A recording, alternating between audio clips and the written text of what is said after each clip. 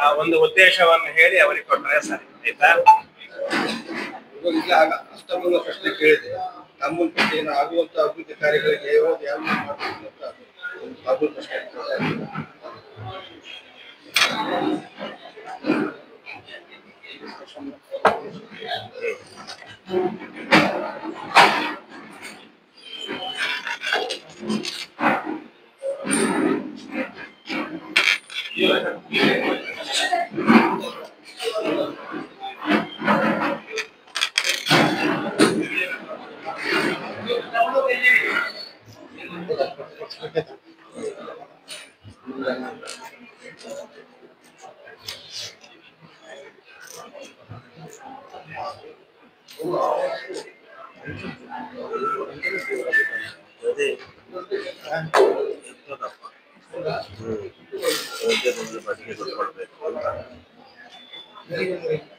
ಸೈನಿಗೆ ಬರಬೇಕು ಅಂತ ನಾನು ಹೇಳಿದೆ. ನಾನು ಇಲ್ಲೇ ಕೊಟ್ಟು ಬಂದವರು ಇಲ್ಲದ್ರೆ ಹೊರಡ್ತೇನೆ ಪಾಟೀಲ್.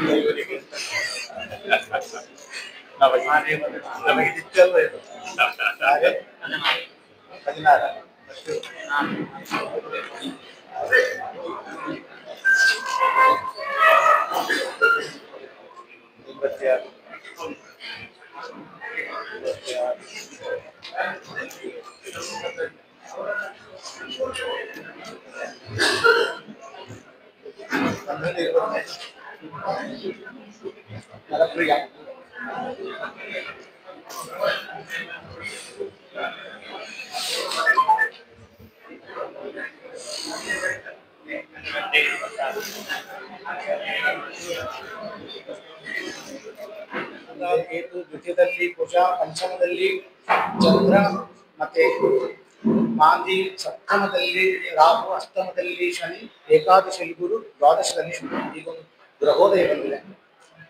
ಉದಯ ಲಗ್ನ ಅದು ತುಲಾರಾಶಿ, ತುಲಾಲಗ್ನ, ತುಲಾಲಗ್ನದ ಅಂತ್ಯಂಶಕ. ಛತ್ರ ಮತ್ತೆ ಲಗ್ನಾಂಶಕ ಮಿಥುನ. ಚಂದ್ರಾಧಿಷ್ಠ ರಾಶಿ ಧನು. ಸ್ಪರ್ಶಾಂಗ ವೃಷಭ ರಾಶಿ, ಅದು ಮಿಥುನ ರಾಶಿ. ಈಗ ನಮಗೆ ಷಡಾರೂಢಗಳಲ್ಲಿ ಪ್ರಶ್ನೆ ವಿಮರ್ಶೆ ಮಾಡಬೇಕು. ಅದರಲ್ಲಿ ಸಾಧಾರಣವಾಗಿ ಎಲ್ಲ ರಾಶಿಗಳ ದೇವತಾನು ಕಾಣ್ತವೆ.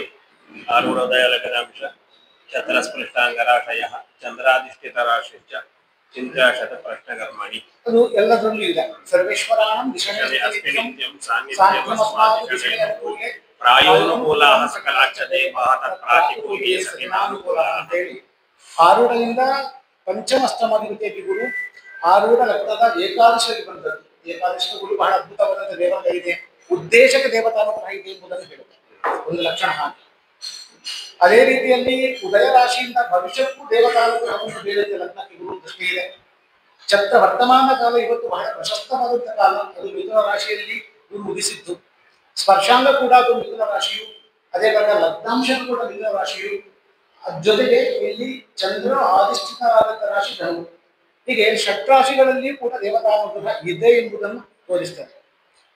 ಆದ್ರಿಂದ ಪೌಳಿಯ ಉದ್ದೇಶ ವಿಮರ್ಶೆ ಮಾಡುವುದು ಚತುರ್ಥ ಭಾವ ಅಲ್ವಾ ಅಂತ ಹೇಳಿದ್ರೆ, ಆ ಚತುರ್ಥ ಭಾವಾಧಿಪತಿಯಾದಂಥ ಕುಜ ಶನಿಯ ದೃಷ್ಟಿಯಲ್ಲಿದೆ. ಜೀರ್ಣಂ ಸಂಸ್ಕೃತ ಮೃತಕ್ಕೆ ಕ್ಷಿತಿಸುದೇ ದಗ್ಧಂ ನವಂ ಶೀತಲವು ಪಾಶ್ಚಾತ್ಯಂ ಅನೇಕ ಶಿಖರೋತ್ವಂ ಜೀವೇ ದೃಢ ಮಂದಿರಂ ರಮ್ಯಂ ಚಿತ್ರಯಿತಂ ವಂಶ ಪ್ರಭುಜೆ. ಅಂತ ಒಂದು ಪ್ರಮಾಣ ಇದೆ.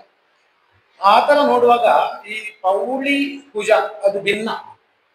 ಅದು ಕುಜ ಆರೂಢದ ಮೂಲ ಕ್ಷೇತ್ರಾಧಿಪತಿಯಾಗಿ ನಿಂತಿರುವಂತ ಶನಿಗೆ ದೃಷ್ಟಿ ಇರುವುದರಿಂದ ಅದು ಜೀರ್ಣಾವಸ್ಥೆ ಇದೆ ಎಂಬುದನ್ನು ಸ್ಪಷ್ಟವಾಗಿ ಹೇಳಿ ಅದು ಪರಿಹಾರ ಆಗಬೇಕೆಂಬುದು ದೇವರ ಹಿತ ಇದೆ ಎಂಬುದನ್ನು ಕೂಡ ಹೇಳುತ್ತೆ. ಮತ್ತೊಂದು ಚತುರ್ಥ ಭಾವವು ಜಡರಾಶಿ. ಹೌದು. ಯತಿ ನೈಕಗತೆಯಸ್ಥ ವೀಕ್ಷಿತೋ ಲಗ್ನೆ ಎಂದು ವಿಜನೆ ಪ್ರಸೂಯತೆಯ ಸಹಾಯವಾದ ಬಂತು ನಿರ್ಜನ ಪ್ರದೇಶೇ ಸ್ಥತಃ ಸ್ವಯಮೇವ ಚರತಿ ಇತ್ಯರ್ಥಃ. ಚತುರ್ಥ ಭಾವಕ್ಕೆ ಯಾವುದೇ ಗ್ರಹಗಳ ಯೋಗ ದೃಷ್ಟಿಯಾದಿಗಳು ಇಲ್ಲದೆ ಇರುವಾಗ ಚತುರ್ಥ ಭಾವ ಪೌಳಿ ಎನ್ನುವಂತಹದ್ದು ಒಂದು ಜಡ ಆದಂತಹ ರೀತಿಯಲ್ಲಿಯೇ ಇದೆ ಉಂಟು ಅಂತ ಹೇಳಲಿಕ್ಕೆ ಅಲ್ವಾ? ಅದು ಅಲ್ಲದೆ ಈ ಕ್ಷೇತ್ರಕ್ಕೆ ಆರೂಢ ಅಂದ್ರೆ ನಮಗೆ ಆ ದೇವ ಕ್ಷೇತ್ರ ಅಂತ ಹೇಳ್ತಾರೆ. ಆ ಕ್ಷೇತ್ರಕ್ಕೆ ಚತುರ್ಥ ಭಾವ ಕುಂಭಶ್ಚ ರಾಣಮಳಿ ಚಾಪಸಿಂಹ ಸ್ತ್ರೀಣ ಅಳಿ ಗೋ ವೃಷಭಶ್ಚ ನಕ್ರಃ ಕುಂಭಸ್ಯ ಕರ್ಕಿ ಮಿಥುನಸ್ಯ ತನ್ವಿ ಮೀನಸ್ಯ ಅದೀಗ ಮಹಾಭಾರತ ಸ್ಥಾನ ಚತುರ್ಥ ಭಾವ ದೇವಸ್ಥಾನಕ್ಕೆ ಆ ಪೌಳಿ ಮಹಾಭಾರತ. ಆ ಚತುರ್ಥ ಭಾವಾಧಿಪತಿಯು ಭಾರತಾಧಿಪತಿ ನಿಂತದ್ದೇ ಸುಬ್ರಹ್ಮಣ್ಯ ತಾರಕ ಗ್ರಹರಾಗಿರುವ ಗ್ರಹ ಕುಜ. ಅದು ದೇವನಿಗೆ ಹಿತವಲ್ಲದಂತಹ ಪೌಳಿ ಎಂಬುದನ್ನು ಸೂಚಿಸುತ್ತದೆ. ಹಾಗಿರುವಾಗ ದೇವ ಹಿತಕ್ಕೆ ಅನುಸರಿಸಿಕೊಂಡು ಪೌಳಿಯನ್ನು ನಿರ್ಮಾಣ ಮಾಡಬೇಕೆಂಬುದೇ ಅದು ಕಾಷ್ಟಾಢ್ಯಂರವಂ ನಾದೃಢಂ ಕಾಷ್ಟದಿಂದ ಆಗ್ಬೇಕೆಂಬುದನ್ನು ಸೂಚಿಸ್ತದೆ. ಕಾಷ್ಟ ಅಂದ್ರೆ ಏನು? ಉತ್ತಮ ಗುಣ ಉಳ್ಳಂತ ಮರಗಳಿಂದ ನಿರ್ಮಾಣ ಆಗಬೇಕಾದಂತ ಲಕ್ಷಣ. ಇದು ದೇವನಿಗೆ ಹಿತವಲ್ಲ ಈ ಪೌಳಿ ಎಂಬುದನ್ನು ಸೂಚಿಸ್ತದೆ. ಈಗಿರುವಂತ ವರ್ತಮಾನ ಕಾಲಘಟ್ಟ ಸಮಾಧಾನವಿಲ್ಲ, ಸ್ವಲ್ಪ ವಿಧಿಕ್ಕಲ್ಲಿ ಇರ್ಬೋದು. ಆದ್ರೂ ಕೂಡ ಅದರ ಲಕ್ಷಣವನ್ನು ನಾವು ನೋಡಿ ಚಿಂತಿಸುವಾಗ ಸ್ವಲ್ಪ ಅದು ಭಾಗಶವು ಅಲ್ಲ ಮೂರ್ತಿ ತೆಗೆಯುವುದು ಈ ತರ ಒಂದು ಜಿಜ್ಞಾಸೆಗಳು ಒಂದು ಇದು ಸರಿ. ಆದ್ರೂ ತಂತ್ರಿಗಳು ನನಗೆ ನನ್ನ ಅನುಭವಕ್ಕೆ ಏನು ಹೇಳ್ಬೋದು ಅಂದ್ರೆ ಈ ಮೂಲ ಕ್ಷೇತ್ರಾಧಿಪತಿಯಾಗಿ ಶನಿ ಅಷ್ಟಮ ಸ್ಥಿತನಾಗಿ ಬಂದು ದೃಷ್ಟಿ ಬಂದ ಒಂದಿನ ಅದು ಏನೋ ಸ್ವಯಂ ಪತನ ಆಗುವ ಸೂಚನೆಗಳನ್ನು ತೋರಿಸ್ತದಲ್ಲ. ಯಾವುದೊಂದು ಕಾಲಘಟ್ಟದಲ್ಲಿ ಸ್ವಯಂ ಪತನಗಳಾಗಬಹುದು ಅಂತ. ಆದ್ರಿಂದ ಭಾಗಶ ಅನ್ನೋದಕ್ಕಿಂತಲೂ ಕೂಡ ಅಲ್ಲಿ ಪರಿಪೂರ್ಣವಾಗಿರುವಂತದ್ದೊಂದು ವ್ಯವಸ್ಥೆಗಳಾಗಬೇಕು ಎಂಬುದನ್ನು ಸೂಚಿಸ್ತದೆ. ಮತ್ತೆ ಅದಕ್ಕೆ ವಿಶೇಷ ಏನಂದ್ರೆ 6 ರಾಶಿಗಳು ದೇವತಾನುಗ್ರಹ ಇದೆ ಅನ್ನೋದು ವಿಶೇಷ. ಅಲ್ಲಿ ವಿಶೇಷವಾಗಿ ನಮಗೆ ಇಲ್ಲಿ ತರ್ಕಕ್ಕೆ ಎಡೆ ಮಾಡುವಂತ ಲಕ್ಷಣಗಳಿಲ್ಲ. ಸರ್ವಾಭಿಸಲಿ ಗುರು ಬಂದ್ರೆ ಅದು ಐಶ್ವರ್ಯ ಮವ್ಯಾಹಂ ಇಷ್ಟಬಂಧು ಜನಾಗಂ ವೃತ್ತಂ ಜನಸದಾಸನ್ ಸಂಸಾರ ಸೌಭಾಗ್ಯ ಮಹಮೂದಜಂಚಂ ಅಂತ ಹೊಂದಿದೆ. ಹಾಗೆ ಅದಕ್ಕೆ ಬೇಕಾಗಿರುವಂತ ವ್ಯವಸ್ಥೆಗಳು ಒದಗಿ ಕಾಲಗುಣ ಅನುಕೂಲವಾಗಿ ದೇವಾನುಗ್ರಹ ಆಗಿದೆ ಅನ್ನುವಂಥದ್ದು ನಮಗೆ ಇಲ್ಲಿ ಹೆಚ್ಚು ಪ್ರಶಸ್ತ. ಮತ್ತೆ ಇದು ಪುರಜನರಿಗೂ ಅನುಕೂಲ, ಸಪ್ತಮ ಭಾವ ಅಲ್ಲ. ಪುರಜನರಿಗೂ ಅನುಕೂಲ, ಬರುವವರಿಗೂ ಒಂದು ಅನುಕೂಲ ಆಗಲಿದ್ದು, ಪುರಜನರಿಗೂ ಅನುಕೂಲ ಆಗಲಿದ್ದು, ಗ್ರಾಮ ಭಾಗಕ್ಕೆ ಅನುಕೂಲ ಆಗಲಿದ್ದು ಕೂಡ ಶನಿ ಅನುಕೂಲದಲ್ಲಿ ಇದೆ, ಶನಿ ಅಷ್ಟಮದಲ್ಲಿ ಇದೆ. ಅದು ನಾಳೆ ಅದರ ಅವಕಾಶ ನಮ್ಗೆ ಅನುಕೂಲವಾಗಿ ಬರಬೇಕು. ಇವತ್ತು ಅನುಕೂಲ ಇದೆ, ಯಾಕಂದ್ರೆ ಶನಿ ನಮ್ಮ ಈ ವಿಶೇಷವಾಗಿ ಈ ಧನುರ್ಮೀನ ರಾಶಿ ಬೆಳೆದ ಶನಿಗೆ ಫಲ ಒಳ್ಳೆಯದು ಹೇಳ್ತಾರೆ ಆಚಾರ್ಯರ. ನರೇಂದ್ರ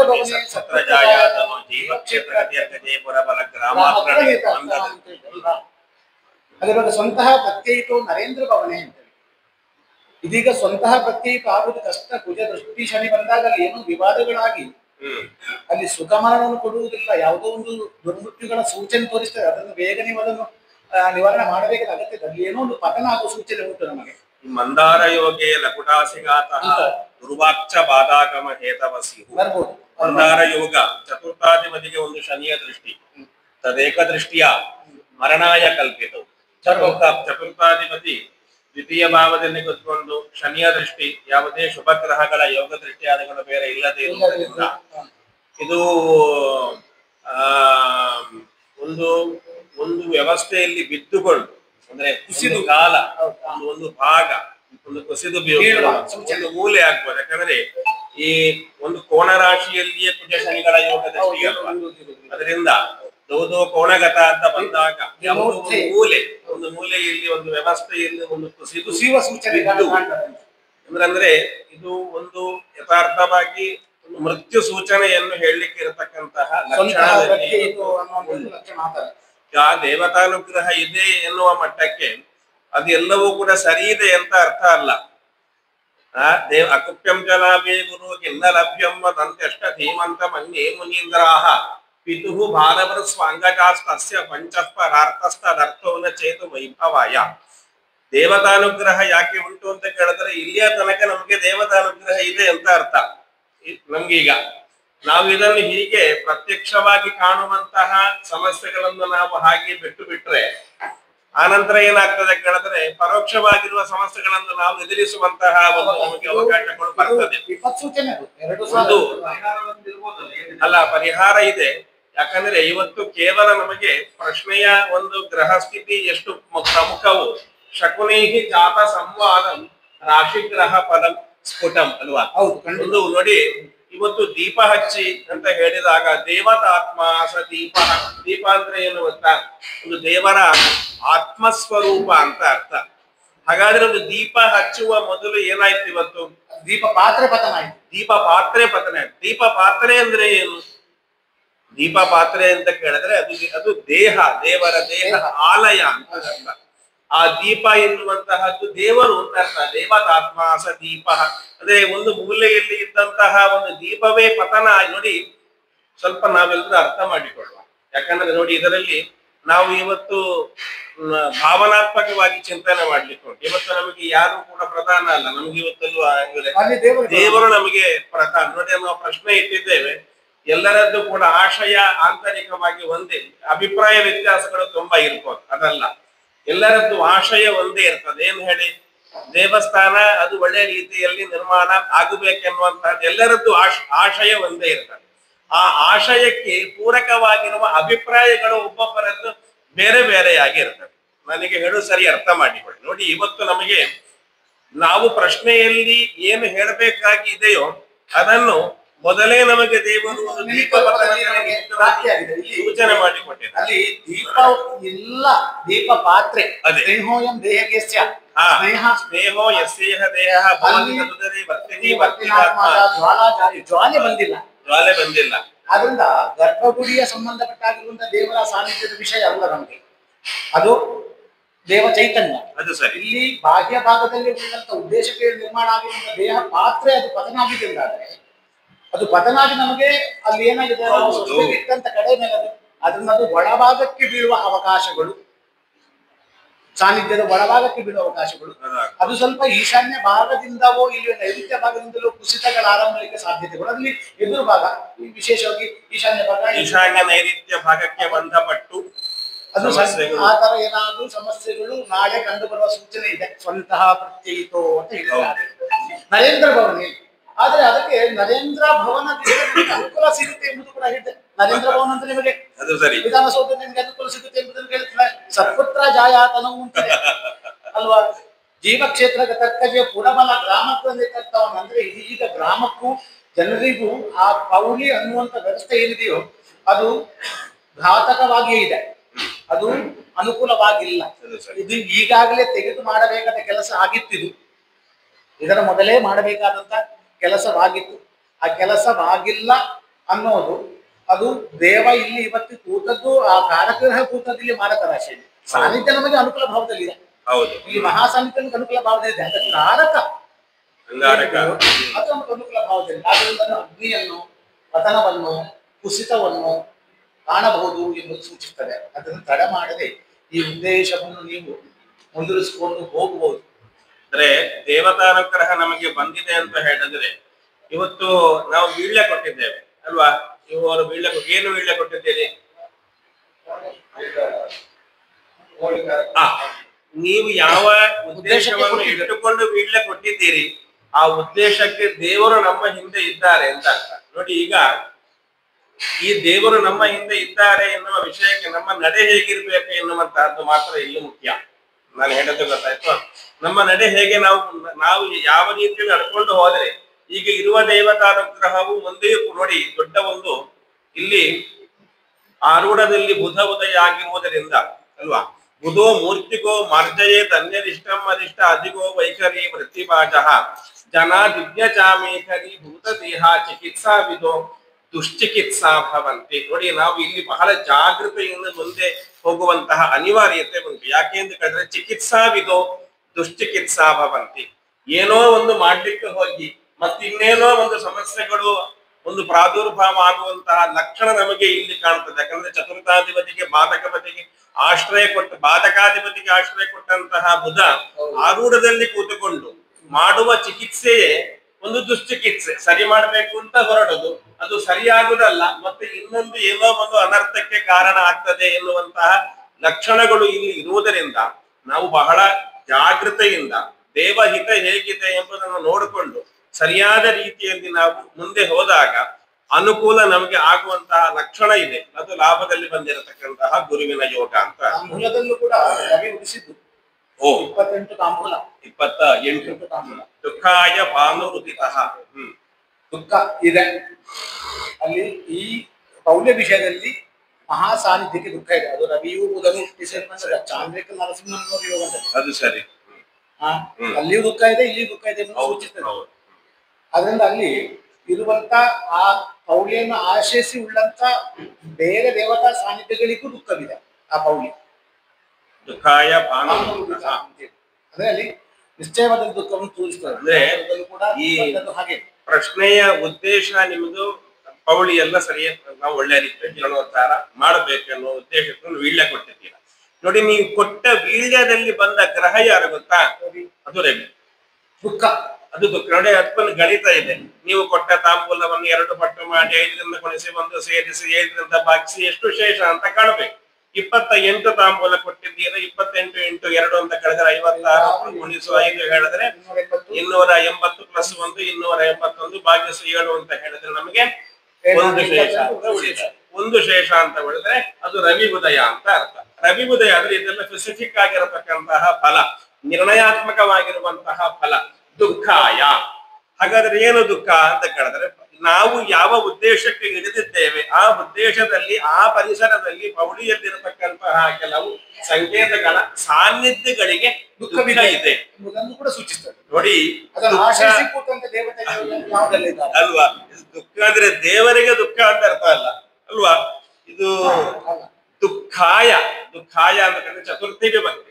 ನಮಗೆ ದುಃಖವನ್ನು ಕೊಡುವುದಕ್ಕೋಸ್ಕರವಾಗಿ ದೇವರು ಅಲ್ಲಿ ದುಃಖ ಸ್ವರೂಪದಲ್ಲಿ ಇದ್ದೇನೆ ಅಂತ ಹೇಳ್ತಾ ಇದ್ದಾರೆ ಅಂತ ಅರ್ಥ ಅಲ್ವಾ? ಇಲ್ಲದಿದ್ರೆ ಹೊಟ್ಟೆ ಇಲ್ಲದೆ ಇರತಕ್ಕ ದೇವರಿಗೆ ಹೊಟ್ಟೆಯಲ್ಲಿಲ್ಲ ಅಲ್ವಾ? ಸುಖ ದುಃಖ ದೇವರಿಗೆ ಇಲ್ಲಿಲ್ಲ. ಅಂದ್ರೆ ನಮಗೆ ಆ ಫಲ ದುಃಖ ಉಂಟು. ಈ ದುಃಖ ಆ ದುಃಖ ಇದರ ರಕ್ಷಕ ವರ್ಗದವರಿಗೆ ಕುಟುಂಬ ರಕ್ಷಾಭಾವಾಧಿಪತಿಯಾಗಿ ಬುಧನು ಲಗ್ನಾಧಿಪತಿಯಲ್ಲಿ ಯೋಗ ಸೇರಿ ನಿಂತದ್ದೇ ದುಃಖ ಆಗಿರುವಾಗ ಇದನ್ನು ನಿವಾರಣೆ ಮಾಡದೆ ಇರುವಂತದ್ದು ಕೂಡ ರಕ್ಷಕರಿಗೆ ಬರುವಂತ ದುಃಖವನ್ನು ಸೂಚಿಸ್ತದೆ. ಸರಿ. ಪರಿರಕ್ಷಣ ಅದು ಸೂಚನೆ ವಿಶೇಷ. ಅದರಿಂದ ರಕ್ಷಕರಿಗೆ ಆದ್ಯ ಕರ್ತವ್ಯ ಇದು. ಶೀಘ್ರ ಮಾಡಬೇಕಾದ ಕೆಲಸ. ಮತ್ತೆ ವೈಶೇಷಿಕವಾಗಿ ಗುರು ಪೂಜೆಗಳಲ್ಲಿ ಬಂದಾಗ ಕಿಂ ಕೇಸರಿ ದಿತಿ ಅಂತ ಸಣ್ಣ ಪುಟ್ಟ ಮಾತುಕತೆಯಲ್ಲಾಗಿ ಸ್ವಲ್ಪ ಅದು ಇದು ಸ್ವಲ್ಪ ಹಾಕುದಿಲ್ಲ. ಕೋರ್ಟು ಕಚೇರಿಯಲ್ಲಿ ಬರುವವರೆಗೂ ಸೂಚನೆಯನ್ನು ಕಾಣ್ತದೆ.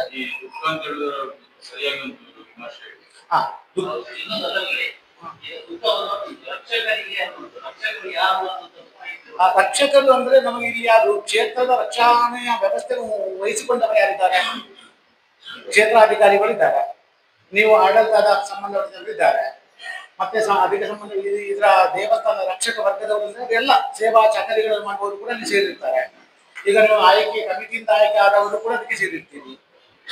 ಎಲ್ಲರೂ ಕೂಡ ಅದಕ್ಕೆ ಸಂಬಂಧಪಟ್ಟವರು. ಅಂದ್ರೆ ಯಾವ್ಯಾವ ನಿರ್ವಹಣೆಗೋಸ್ಕರ ನೀವು ಇಲ್ಲಿ ಕರ್ತವ್ಯವನ್ನು ವಹಿಸಿಕೊಂಡಿದ್ದೀರೋ ಆ ಕರ್ತವ್ಯ ವಹಿಸಿಕೊಂಡವರ ಕರ್ತವ್ಯ ಮಾಡಲಿದ್ದಾಗ ದುಃಖ ಅವರಿಗೆ ಬರಬಹುದು, ದೇಹದಲ್ಲಿ ಬರಬಹುದು ಅಂತ. ರಕ್ಷಕ ಎನ್ನುವ ಶಬ್ದಕ್ಕೆ ಆ ಶಬ್ದದಲ್ಲಿರುವ ಅರ್ಥವೇ ಅದಕ್ಕೆ ಅರ್ಥ. ದೇವರು ಮತ್ತು ದೇವಸ್ಥಾನವನ್ನು ರಕ್ಷಣೆ ಮಾಡಲಿಕ್ಕೆ ಯಾರಿಗೆ ಆಧಿಕಾರಿಕವಾಗಿ ಅಧಿಕಾರ ಇದೆಯೋ ಅವರು ರಕ್ಷಕರು ಅಂತ ಅರ್ಥ. ನಾನು ಹೇಳದ ಅರ್ಥ ಆಯ್ತಾ? ಇದು ನಾವೀಗ ನಾವು ಸಂಕಲ್ಪ ಮಾಡುದು ಎಲ್ಲ ಏನು ಸುಬ್ರಹ್ಮಣ್ಯ ಸಹಿತವಾಗಿ ಪರಿವಾರವಾಗಿ ಸ್ವರೂಪ ಸಂಕೇತಗಳಿಗೆ ಸಂಬಂಧಪಟ್ಟೆ ನಾವೀಗ ರಾಶಿ ಇಟ್ಟದ್ದು. ಅದರಿಂದಾಗಿ ಎಲ್ಲ ವಿಷಯಕ್ಕೂ ಸಂಬಂಧಪಟ್ಟ ಹಾಗೆ ಹೇಳುವಂತ ಸಂಕೇತ. ಅದು ನೋಡುವ ಅಂದ್ರೆ ದುಃಖ ಅಲ್ಲ, ಅದು ನೋಡುವ. ಸರಿ. ಈಗ ಅಶ್ವ ಭಾಗದಲ್ಲಿ ದಕ್ಷಿಣ ಭಾಗ ಹೌದು. ದಕ್ಷಿಣ ಭಾಗ ಸ್ಥಿತಿಗೆ ಆತರ ಹೌದು. ಅದರಿಂದ ಅದು ರವಿಗೆ ಚಿಂತನೆ ಮಾಡ್ಬೇಕು. ಮತ್ತೊಂದು ಕಡೆಯಿಂದ ಇದನ್ನು ಕೂಡ ಯಾವುದು ರಾಗಾದ್ಯ ಅದು ಆರೂಪದ ಚಿಂತನೆ ಮಾಡಬೇಕು. ಅದು ಪೂರ್ವ ದಿಕ್ಕು ಬರ್ತದೆ, ದಕ್ಷಿಣ ದಿಕ್ಕು ಬರ್ತದೆ. ಅದು ದಕ್ಷಿಣ ಭಾಗ ಕಾಣುವ ಮೃಗಸಿಂಹ. ಹೌದು, ಹಾಗೆ ಅದು ಬರ್ತದೆ. ದಕ್ಷಿಣ ಭಾಗದಲ್ಲಿ ಉಳ್ಳಂತ ಸಾನ್ನಿಧ್ಯಗಳು. ಆಮೇಲೆ ರವಿ ಉದಿಸಿ ಬಂದದ್ರಿಂದ ಅಲ್ಲಿ ಮಾರ್ತಾಂಡೋದಯ ದೃಷ್ಟಿ ಕೇಂದ್ರತೆಯ ಸಿಂಹಸ್ಥ ಲಗ್ನದಲ್ಲಿ ಶಂಭು ಸನ್ನಿಧಿ ಸೂಚಕ ಅಂತ ಹೇಳಿ ಶಂಭುವಿನ ಸನ್ನಿಧಾನದ ಸಂಬಂಧಪಟ್ಟದ್ದಕ್ಕೂ ಕೂಡ ಸಣ್ಣ ಇದೇನು ಸಮಸ್ಯೆಗಳು ಬರಬಹುದು ಅಂತ ಹೇಳಿದಂತೆ. ಶಂಭು ಅಂದ್ರೆ ಶಿವನ ಸಾನ್ನಿಧ್ಯ. ಮತ್ತೆ ದಕ್ಷಿಣ ಭಾಗದಲ್ಲಿರುವ ದೇವತಾ ಸಾನ್ನಿಧ್ಯಗಳು ಯಾವುದಿದೆಯೋ ಅದರಲ್ಲಿ ಸಮಸ್ಯೆ ಬರ್ಬೋದು, ಸಣ್ಣ ಅಲ್ಲಿ ಅತೃಪ್ತಿಗಳು ಬರಬಹುದು ಹೇಳಿ ಕಾಣುತ್ತೆ. ಅವೆರಡನ್ನು ಅನುರಕ್ಷಿಸಿಕೊಂಡು ಆ ಆರಾಧನಾ ವ್ಯವಸ್ಥೆ ಸರಿ ಮಾಡಿಕೊಂಡು ಹೋಗ್ಬೇಕು ಅಂತ ಅರ್ಥ. ದಕ್ಷಿಣವು ಉತ್ತರ, ಹೀಗೆ ಬರ್ತದೆ.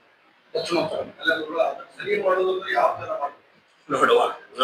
ಅದರಲ್ಲಿ ಈ ಸಾನ್ನಿಧ್ಯಗಳಿಗೆ ಬೇಕಾಗಿರುವಂತ ಪೂರ್ವ ವ್ಯವಸ್ಥೆಗಳನ್ನು ಮಾಡಿಕೊಂಡು ಅಲ್ಲಿ ಏನು ಆ ಸಾನ್ನಿಧ್ಯಗಳಿಗೆ ಆಪತ್ತುಗಳು ಬಾರದಾಗೆ ನಿಷ್ಕ್ರಮಣವು ಸಂಕೋಚ ಕರ್ಮಾದಿಗಳನ್ನು ಮಾಡಿಕೊಂಡು ಆಮೇಲೆ ಸಾನ್ನಿಧ್ಯ ಅಂದ್ರೆ ಆ ಪೌಳಿಯ ಪ್ರದೇಶದಲ್ಲಿ ಉಳ್ಳಂತ ಸಾನ್ನಿಧ್ಯಗಳು. ಈ ಪೌಳಿಗೂ ಒಂದು ಜೀವಕಳೆ ಅಂತ ಒಂದು ಇರ್ತದೆ. ಈಗ ಜೀವಕಳೆ ಇಲ್ಲದಿದ್ರು ಕೂಡ ಪೌಳಿಯಲ್ಲಿ ಒಂದು ದೇವವಾಸ ಅಂತ ಒಂದು ಇರ್ತದೆ ಅಲ್ವಾ. ಬಾಹ್ಯಲವು ಬಾಹ್ಯ ಮತ್ತೆ ಅಭ್ಯಂತರ ಅಂತ ಹೇಳಿ ಲಕ್ಷಣಗಳಿಂದ ನೋಡುವಾಗ ನಮಗೆ ಅದು ಹೊರ ಮತ್ತೆ ಒಳ ಎರಡು ಕೂಡ ದೇವ ಸಾನ್ನಿಧ್ಯದಲ್ಲಿ ನಮಗೆ ದೇವರ ಬಾಹುಗಳು ಆ ತರ ಲಕ್ಷಣ ಇರ್ತದೆ. ಆದ್ರಿಂದ ಅಲ್ಲಿ ಪೌಳಿಯಲ್ಲಿ ಇರುವಂತ ದೇವಚೈತನ್ಯವನ್ನು ಆವಾಹಿಸಿ ಅದು ದೇವನಿಗೆ ಸಮರ್ಪಣೆ ಮಾಡಬೇಕು. ಅದರ ಸಂಕೋಚ ಮಾಡಿ ದೇವನಿಗೆ ಸಮರ್ಪಣೆ ಮಾಡಿ ಅಲ್ಲಿಂದ ಕ್ಷೇತ್ರ ತೆಗಿಬೇಕು. ಆ ಕ್ಷೇತ್ರ ಅದನ್ನು ತೆಗೆಯುವಂತ ಸಂದರ್ಭದಲ್ಲಿ ಆ ಕ್ಷೇತ್ರಕ್ಕೆ ಪಕ್ಕದಲ್ಲಿಯೋ ಅಕ್ಕಪಕ್ಕದಲ್ಲಿಯೂ ಉಳ್ಳಂತಹ ಕ್ಷೇತ್ರಗಳನ್ನು ಅನುಲಕ್ಷಿಸಿಕೊಂಡು ಅದರ ರಕ್ಷಣೆ ಗುಣ ಮಾಡಿಕೊಂಡು ಇದನ್ನು ನಾವು ನಿರ್ವಹಣೆ ಮಾಡಿಕೊಂಡು ಹೋಗಬೇಕು ಎಂಬುದನ್ನು ಸೂಚಿಸ್ತಾರೆ. ಆದ್ರೆ ಮೂಲ ದೇವರು ಎಲ್ಲಿ ಇತ್ತು ಅಲ್ಲಿ ಮೂಲ ಏನಿತ್ತು ಆ ದೇವರು ಎಲ್ಲಿ ಹೋಗಿ ಹೋಗ್ತಾರ. ಯಾವುದು ಹೇಳ್ತಾ ಇದ್ದಾರೆ? ಈ ಕಡೆ ನೀವು ಉತ್ತರ ದಕ್ಷಿಣ ಹೇಳ್ತೀವಿ, ಅಲ್ಲಿ ಮೂಲ ದೇವರು ಯಾರಿತ್ತು? ಗಣಪತಿ. ಹಿಂದೆ ಇದ್ದ ಜಾಗದಲ್ಲಿ ಗಣಪತಿ ಅಲ್ಲಿಗೆ ಬರ್ಲಿದ್ದು ಅಥವಾ ಏನು ಹೋಗ್ತಾನೆ ಅಲ್ಲ, ಅದು ವಿಮರ್ಶೆ ಮಾಡುವ. ನೀವು ಹೇಳಿದ ಅಲ್ಲ ಅಲ್ಲ ಹೌದು ಇಲ್ಲಿ ಅಲ್ವಾ, ಅಲ್ಲ ಇಲ್ಲಿ ನೋಡುವ ಅಂದ್ರೆ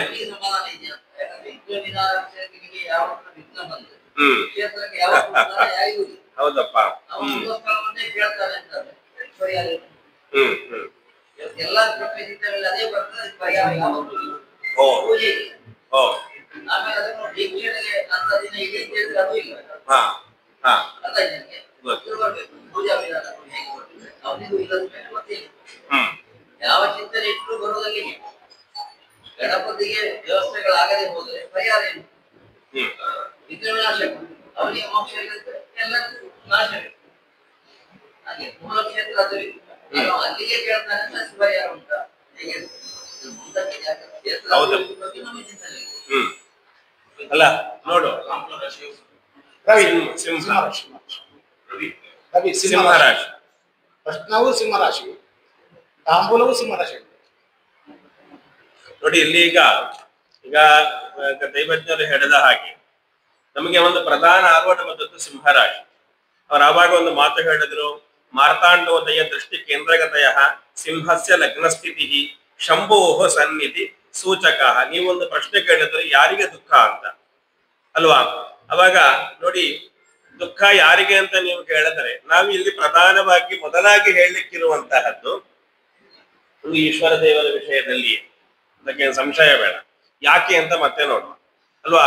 ನಾವಿಲ್ಲಿ ಬಂದ ವಿಷಯವನ್ನೇ ವಿಮರ್ಶೆ ಮಾಡುವ. ನೋಡಿ, ಇಲ್ಲಿ ಇಟ್ಟ ರಾಶಿ ಏನಿದೆ, ಈಗ ನಾವಿಟ್ಟ ರಾಶಿ ಏನಿದೆ, ಈ ರಾಶಿ ನಾವು ಬೇಕು ಅಂತ ಇಡುವಂತಹದ್ದಲ್ಲ. ದೇವರ ಪ್ರೇರಣೆ ನಮಗೆಲ್ಲರಿಗೂ ಬಂತು, ದೈವಜ್ಞರನ್ನು ನಾವು ವರ್ಣನೆ ಮಾಡಿದ್ದೇವೆ, ಬಂದಿದ್ದೇವೆ. ದೇವರು ತೋರಿಸಪಟ್ಟ ರಾಶಿ ಅಂತ ಇದಾಗ್ತದೆ. ಹಾಗಾದ್ರೆ ಯಾಕೆ ಸಿಂಹರಾಶಿಯೇ ಬರ್ಬೇಕಾಗಿಲ್ಲ? ಸಿಂಹರಾಶಿ ಯಾಕೆ ಬರ್ಬೇಕು? ಯಾರಿವರು ಅರವಿಂದ್ ಅವರು ತಾಂಬೂಲ 28 ಕೊಟ್ಟಿದ್ದಾರೆ. 28 ಯಾಕೆ ಕೊಟ್ಟಿದ್ದಾರೆ ಅಂತ ಅವರಿಗೆ ಗೊತ್ತಿಲ್ಲ ಅಲ್ವಾ. ಲೆಕ್ಕ ಮಾಡಿ ಕೊಟ್ಟದ್ದಲ್ಲ.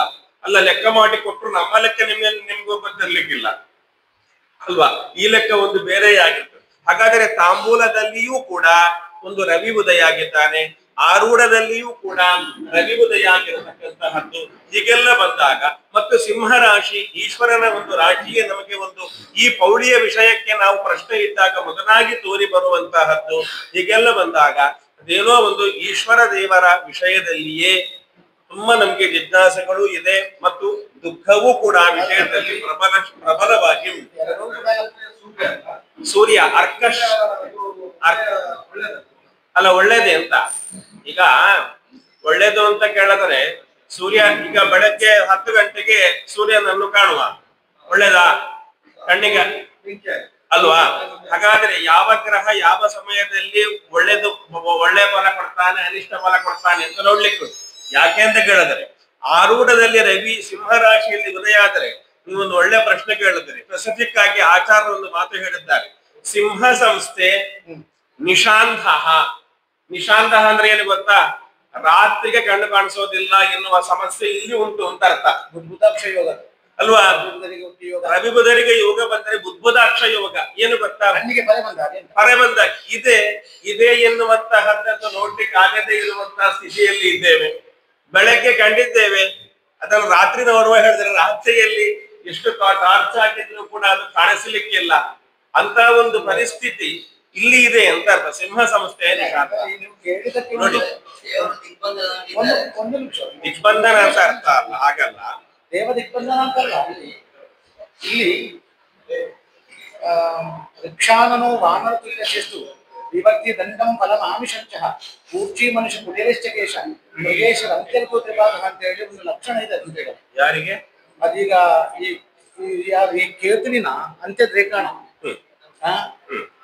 ಅದು ರಿಕ್ಷಾನನೋ ವಾನರ ತುಲ್ಯ ಚೇಷ್ಟು ಅಂತ ಹೇಳಿ ಅಲ್ಲಿ ನಮಗೆ ಒಂದು ದೇವತಾ ಸಾನ್ನಿಧ್ಯ ಚಿಂತನೆ ಮಾಡ್ಬೇಕಲ್ಲ. ಚಾಂದ್ರಿಕೆ ನರಸಿಂಹನನ್ನು ಕೇತುವಿಗೆ ನಾವು ಯಾವುದನ್ನು ಗಣಪತಿಯನ್ನು ಚಿಂತನೆ ಮಾಡಬೇಕು. ಅದಿವಾಗ ಕೇತು ನಿಂತ ಅಂಶದ ಕೊನೆಯ ರಾಶಿಯಲ್ಲಿ ಅದರ ಸ್ಥಾನ ವ್ಯತ್ಯಾಸ ಆಗಿ ಬಂದಿರುವಂತಹ ಒಂದು ಗಣಪತಿಯ ಕೋಪ ಇದೆ, ಅದು ನಾವು ಉಟ್ಕೊಳ್ಳುವಂತದ್ದೇ. ರಿಕ್ಷಾನನು ಕರಡಿಯ ಮುಖ ಕಾಣ್ತದೆ, ಕರಡಿಯ ತರ. ವಾನರ ತುಲ್ಯ ಚೇಷ್ಟ, ನರತುಲ್ಯನ ಇಲ್ಲಿ ವಾನರ ತುಲ್ಯ ಚೇಷ್ಟ. ವಿಭಕ್ತಿ ದಂಡಂ ಫಲ ಮಾಂಸ, ಕೈಯಲ್ಲಿ ದಂಡವನ್ನು ಮಾಂಸದಲ್ಲಿ ಇಟ್ಕೊಂಡು ತಿನ್ಲಿಕ್ಕೆ ಅಪೇಕ್ಷೆ ಮಾಡುವ ಅದು ಮತ್ತೊಂದು ನರಸಿಂಹನಾಯ್ತು. ಕೂರ್ಚಿ ಮನುಷ್ಯ, ಕೂದಲು ಹೆರಳು ಬಿಚ್ಚಿದಂತ ಕೂದಲು, ಸಾನ್ನಿಧ್ಯದ ಸ್ವಭಾವವನ್ನು ಹೇಳ್ತಾರೆ. ಅದ್ರ ಕುಟಿಲೈಸ್ತ ಕೇಶ ಅಂದ್ರೆ ಅರ್ಥಾತ್ ಕೂದಲುಗಳನ್ನು ಅಲುಗಾಡಿಸ್ತಾ ಇದೆ. ಅದು ಸರಿಯಾಗಿ ಕಟ್ಟಿಲ್ಲ ಅಂದ್ರೆ ಸರಿಯಾದ ಕ್ರಮದಲ್ಲಿ ಅದಕ್ಕೆ ವ್ಯವಸ್ಥೆ ಆಗಿಲ್ಲ ಅಂತ. ಈ ರೂಪದಲ್ಲೂ ಗಣಪತಿ ವ್ಯತೆ ಇದೆ. ದುಃಖ ಅಂತೆ ಅದು ಗಣಪತಿಗೊಂದು ವ್ಯತೆ ಇದೆ. ಆದ್ರಿಂದ ಗಣಪತಿಗೆ ಸಂಬಂಧಪಟ್ಟಂತ ವ್ಯವಸ್ಥೆಗಳನ್ನು ಮಾಡಬೇಕು ಅಂತ ಹೇಳಿ ಪ್ರತಿ ಸಲ ಕೂಡ ಹೇಳಿದ್ದಿದೆ, ನೀವು ಮಾಡಿಲ್ಲ ಅಲ್ಲ. ಆದ್ರೆ ಕಾಣುತ್ತೆ ಅಂದಾದ್ರೆ ಗಣಪತಿಯ ಸಾನ್ನಿಧ್ಯವನ್ನು ಒಂದು ಕಡೆಯಿಂದ ಸ್ಥಾನಭ್ರಂಶ ಮಾಡಿ ಮತ್ತೊಂದು ಕಡೆ ತೆಗೆದಿದ್ದಲ್ಲಿ ಅದಕ್ಕೆ ಏನಾದ್ರೂ ಸ್ಥಾನವನ್ನು ನಿರ್ಣಯ ಮಾಡಬೇಕಾದಂತ ಅಗತ್ಯತೆ ಇದೆಯಲ್ಲ. ಅದಕ್ಕೆ ಯೋಗ್ಯವಾದಂತ ಜಾಗವನ್ನು ಹುಡುಕಿ ಮಾಡಬೇಕಾದ ಅಗತ್ಯತೆ ಇದೆ. ಇಲ್ಲ, ಇದೊಂದು ವಿಷಯ ನಾನು ಮಾತ್ರ ಹೇಳ್ತೇನೆ ಸರ್. ಒಂದು ದೇವಕ್ಷೇತ್ರದಲ್ಲಿ ದೇವರ ಸಾನ್ನಿಧ್ಯ ತೆಗೆದಿಟ್ಟ ನಂತರ, ಬಿಂಬವನ್ನು ತೆಗೆದಿಟ್ಟ ನಂತರ ಆ ಉದ್ವಾಸನ ಹಾಕಿದ ನಂತರ ಪುನಃ ಅದೇ ಜಾಗದಲ್ಲಿ ಚಿಂತನೆ ಮಾಡ್ಲಿಕ್ಕಿಲ್ಲ. ಅದೊಂದು ಕ್ರಮ ಇದೆ. ಒಂದು ಕ್ಷೇತ್ರವನ್ನು ಅಲ್ಲಿಂದ ತೆಗೆದ ಒಂದು ದೇವರ ಸಾನ್ನಿಧ್ಯ ತೆಗೆದಿಟ್ಟ ನಂತರ ಅದೇ ಸಾನ್ನಿಧ್ಯದಲ್ಲಿ ಪುನಃ ಅದನ್ನು ಇಡ್ಲಿಕ್ಕೆ ಇರುವಂತ ಕ್ರಮವಿಲ್ಲ. ಅದು ಉದ್ವಾಸನೆ ಆಗಿದೆ ಅಂತಾದ್ರೆ, ಈಗ ಯಾವುದೋ ಕಾಲಘಟ್ಟದಲ್ಲಿ ಅಲ್ಲಿತ್ತು, ಅದನ್ನು ತೆಗೆದು ಒಳಗೆ ಎಲ್ಲ ಒಂದು ಕಡೆ ಇಟ್ಟು ಆದ್ಮೇಲೆ ಪುನಃ ಅದೇ ಜಾಗದಲ್ಲಿ ಅದನ್ನು ಉದ್ವಾಸನ ಕಲಶ ಹಾಕಿದ ನಂತರ ಪುನಃ ಅದೇ ಜಾಗದಲ್ಲಿ ಇಡುವಂತ ಕ್ರಮವಿಲ್ಲ, ತಂತ್ರದಲ್ಲಿಲ್ಲ. ಅಲ್ಲ, ಈ ಬಾಲಾಲಯ ಮಾಡುವ ಉದ್ದೇಶ ಏನು? ಮೂಲಾಲಯಕ್ಕೆ ತರಲಿಕ್ಕೆ. ಬಾಲಾಲಯದಲ್ಲಿ ಇರುವ ಉದ್ದೇಶ ಪರ್ಮನೆಂಟ್ ಆಗಿ ಇಡ್ಲಿಕ್ಕಲ್ಲ. ಬಾಲಾಲಯದಲ್ಲಿ ನಮಗೆ ಪ್ರಾರ್ಥನೆ ಮಾಡ್ಲಿಕ್ಕೆ ಉಂಟು. ಕ್ಲೇಶವಾಸ ಸದಾ, ನಿನಗೆ ಕ್ಲೇಶವಾಸ ಕೊಡ್ತಾ ಇದ್ದೇವೆ, ಇಷ್ಟು ಸಮಯದ ತನಕ ಇಲ್ಲಿ ಇಡ್ತೇವೆ, ನಾವು ಕಮಿಟ್ ಆಗ್ಲಿಕ್ಕೆ ಉಂಟು. ಅಲ್ಲಿಯ ನಂತರ ಅದು ಅಲ್ಲಿ ಇಡ್ಲಿಕ್ಕಿಲ್ಲ. ಯಾವುದು? ಅಲ್ಲ, ಸ್ಥಾಪನೆ ಮಾಡುವ ಮೂರ್ತಿ ಬದಲಾವಣೆ ಮಾಡ್ಲಿಕ್ಕಿಲ್ಲ. ಅಲ್ಲ ಅಂತ ಯಾವ ಸ್ಥಳದಲ್ಲಿ ಬಾಲಾಲಯ ಮಾಡಿ ಪ್ರತ್ಯೇಕವಾಗಿ ನೋಡಿ ದೇವರನ್ನು ತೆಗೆದು ನೋಡಿ. ಸರ್ವೇ ನಿಯಮಾಹ ಶಾಪವಾದ, ನಾನೊಂದು ನಿಮಗೆ ವಿಷಯ ಹೇಳಿಬಿಡ್ತೇನೆ. ಸರ್ವೇ ನಿಯಮಾಹ ಶಾಪವಾದ, ಎಲ್ಲಾ ನಿಯಮಗಳು ಕೂಡ ಅಲ್ವಾ ಒಂದು ಅಪವಾದ ಗರ್ಭಿತವಾಗಿ ಇರ್ತದೆ. ಅರ್ಥ ಆಯ್ತಾ? ನೋಡಿ, ಒಂದು ಕ್ಷೇತ್ರದಲ್ಲಿ ಒಂದು ನಮಗೆ ತಂತ್ರಶಾಸ್ತ್ರದಲ್ಲಿ ಒಂದು ನಿಯಮ ಉಂಟು. ಒಂದು ಗರ್ಭಾಲಯದಲ್ಲಿ ಒಂದು ದೇವರು ಎನ್ನುವಂತಹ ಒಂದು ಸಾಮಾನ್ಯ ನಿಯಮ ಉಂಟು. ಎಲ್ರಿಗೂ ಗೊತ್ತಿರುವ ನಿಯಮ, ನಾವೇನು ಹೇಳಬೇಕಾಗಿಲ್ಲ. ಹಾಗಾದ್ರೆ ಒಂದು ಗರ್ಭಾಲಯದಲ್ಲಿ ಒಂದು ದೇವರು ಅಂತ ಹೇಳಿದ್ರೆ ಎಲ್ಲಾ ಕಡೆಗೂ ಈ ನಿಯಮ ಅಪ್ಲೈ ಆಗ್ತದ ಅಂತ ಕೇಳಿದ್ರೆ ಇಲ್ಲ. ಕೆಲವು ಕಡೆಯಲ್ಲಿ ಒಂದು ಗರ್ಭಾಲಯದಲ್ಲಿ ಅನೇಕ ದೇವರುಗಳು ಇರುವಂತಹ ಸಾನ್ನಿಧ್ಯಗಳು ಬೇಕಾದಷ್ಟು ಉಂಟು. ನೀವು ಪಡಲಿಕ್ಕೆ ಹೋದರೆ 5 ದೇವರು ಒಂದು ಗರ್ಭಗುಡಿಯಲ್ಲಿದ್ದಾರೆ, ಅದು ಅಲ್ಲಿಯ ವೈಶಿಷ್ಟ್ಯ. ಅದಾಯ್ತಾ? ಇನ್ನೊಂದು ನಿಮ್ಗೆ ಕ್ಷೇತ್ರ ಹೇಳ್ತೇನೆ, ಹೆಸರು ಹೇಳೋದು ಬೇಡ. ಅಲ್ಲಿಗೆ ಹೋದರೆ ಒಂದು ದೈವವೇ ದೇವರ, ಈಶ್ವರ ದೇವರ ಒಳಗಡೆ ಉಂಟು, ಅದಲ್ಲಿಯ ನಿಯಮ. ನನಗೆ ಯಾಕೆ ಹೇಳ್ತಾ ಇದ್ದೇನೆ ಕೇಳಿದ್ರೆ ನೋಡಿ, ಇಲ್ಲಿ ಆರೂಢ ಎನ್ನುವಂತಹದ್ದು ಸಿಂಹ ರಾಶಿಯಾಗಿ ಬಂದಿದೆ. ಸಿಂಹ ರಾಶಿಯಲ್ಲಿ ರವಿ, ಬುಧ, ಕೇತು, ಶನಿ, ಒಂದು 5 ಗ್ರಹಗಳ ಯೋಗ ಒಂದು ಆರೂಢದಲ್ಲಿ ಒಂದು ಸನ್ನಿಹಿತ ಅಂತ ಆಗಿದೆ. ನೋಡಿ, ಈ ರವಿ ಏನು ಹೇಳ್ತಾ ಇದ್ದಾನೆ ನೋಡಿ, ಇದು ಯಾವ ಈಶ್ವರ ಅಂತ ಕೇಳಿದ್ರೆ ನೋಡಿ, ಈಶ್ವರನಿಗೆ ಒಂದು ಬಲ ಇಲ್ವಾ? ಆರೂಢದಲ್ಲಿ ಸ್ವಕ್ಷೇತ್ರದಲ್ಲಿ ಒಂದು ಸ್ಥಾನ ಸುಖ ಇರತಕ್ಕಂತಹ, ಒಂದು ಸ್ವಕ್ಷೇತ್ರದಲ್ಲಿ ಇರತಕ್ಕಂತಹ ಈಶ್ವರ ಅಲ್ವಾ? ನೋಡಿ, ನಾನು ಅದೇ ಅವಾಗ ಹೇಳಿದ್ದು, ನಾವು ಯಾವುದೋ ಒಂದು ಪರಿವರ್ತನೆ ಮಾಡ್ಲಿಕ್ಕೆ ಹೋಗಿ ಅದರಿಂದಾಗಿ ಬರುವ ಸಮಸ್ಯೆಗಳಿಗೆ ನಾವು ಯಾರು ಕೂಡ ಹೊಣೆ ಆಗ್ಬಾರ್ದು. ಇವತ್ತು ನಾವು ಏನು ಪರಿಹಾರ ನಾವು ತಕೊಂಡು ಮಾಡಿದ್ರು ಕೂಡ ನಾಳೆಗೆ ಅದು ಎಲ್ಲರಿಗೂ ಕೂಡ, ಮಾಡಿದವರಿಗೂ ಮಾಡಿಸಿದವರಿಗೂ ಮತ್ತು ಭಕ್ತ ಸಂದೋಹಕ್ಕೂ ಕೂಡ ಅದರದ್ದು ದೋಷಗಳು ಸಮಸ್ಯೆಗಳು ಅಂತ ಬಾರದೇ ಇರುವ ಹಾಗಿರುವಂತ ನಾವು ನಿರ್ಧಾರವನ್ನು ಇಲ್ಲಿ ನಾವು ತಗೊಳ್ಬೇಕು ಅಲ್ವಾ? ನೀವು ಹೇಳ್ತಾ ಇರುವ ಮಾತು ಅದು ವಿಷಯ ಸರಿ. ಏನು ಹಿಂದೆ ಏನೋ ಒಂದು ಪರಿವರ್ತನೆ, ಈ ಪರಿವರ್ತನೆಗೆಲ್ಲ ಏನು ಕಾರಣ ಅಂತ ನಾವು ವಿಮರ್ಶೆ ಮಾಡುದು. ಆ ನಂತರ ಅಲ್ವಾ ಆ ವಿಮರ್ಶೆಯನ್ನು ಮಾಡಿಕೊಂಡು ಆ ಪರಿವರ್ತನೆಗೆ ಏನು ಕಾರಣ. ಮತ್ತೆ ಈಗ ದೈವಜ್ಞರು ಹೇಳಿದ ಹಾಗೆ ಒಂದು ದೇವರನ್ನು ಒಂದು ಕಡೆಯಲ್ಲಿ ಪ್ರತಿಷ್ಠಾಪನೆ ಮಾಡಿದ ನಂತರ ಮತ್ತೆ ಕೂಡ ಆ ದೇವರನ್ನು ಇನ್ನೊಂದು ಕಡೆಗೆ ಪ್ರತಿಷ್ಠಾಪನೆ ಮಾಡಲಿಕ್ಕೆ ಆಗಮದಲ್ಲಿ ವಿಧಿ ಇಲ್ಲ ಅಂತ ನೋಡಿ. ನಾನು ಹೇಳಿ ಸರಿ ಅರ್ಥ ಮಾಡಿಕೊಳ್ಳಿ, ಇದೆಲ್ಲ ಬಹಳ ಸೂಕ್ಷ್ಮವಾದಂತಹ ವಿಷಯ. ನಾವು ಈ ಎಲ್ಲ ವ್ಯವಸ್ಥೆಗಳನ್ನು ಒಂದು ಚೌಕಟ್ಟಿನಲ್ಲಿ ನಾವು ನಿರ್ಧಾರ ಮಾಡ್ತಾ ಹೋಗ್ಬೇಕಾಗ್ತದೆ ಅಲ್ವಾ? ನಾವು ಇದನ್ನು ಆಗಮದಲ್ಲಿ ಹೇಗೆ ಬರ್ತದೆ ಎನ್ನುವಂತಹದನ್ನು ಇಟ್ಟುಕೊಂಡು ಈ ವಿಮರ್ಶೆಯಲ್ಲಿಯೂ ಕೂಡ ಯಾಕೆ ಹೀಗಾಗಿದೆ, ಹೀಗಾಗ್ಲಿಕ್ಕೆ ಇರುವ ಕಾರಣ ಏನು, ಯಾವ ರೀತಿ ನಿರ್ಧಾರವನ್ನು ತಗೊಳ್ಳಿಕ್ಕುಂಟು, ಇದನ್ನು ನಾವು ನೋಡಿ. ಅರ್ಥ ಆಯ್ತಾ? ಅದರ ಬಗ್ಗೆ ನಮಗೆ ಇದು ಬೇಡ, ನಾವು ಮುಕ್ತವಾಗಿ ವಿಮರ್ಶೆ ಮಾಡು, ಮತ್ತೆ ನಿಮ್ಮ ಮುಕ್ತವಾಗಿರುವ ಪ್ರಶ್ನೆಗಳನ್ನು ಕೇಳುವ. ಯಾಕಂದ್ರೆ ನಾವು ಇವತ್ತು ಪರಿಹಾರ ಮಾಡಿಕೊಳ್ಳ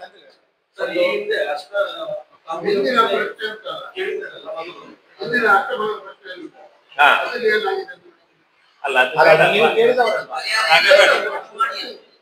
ಅಲ್ಲ ಸರ್, ಹಿಂದಿನಿಂದ ತಮಿಳು ಪ್ರಶ್ನೆ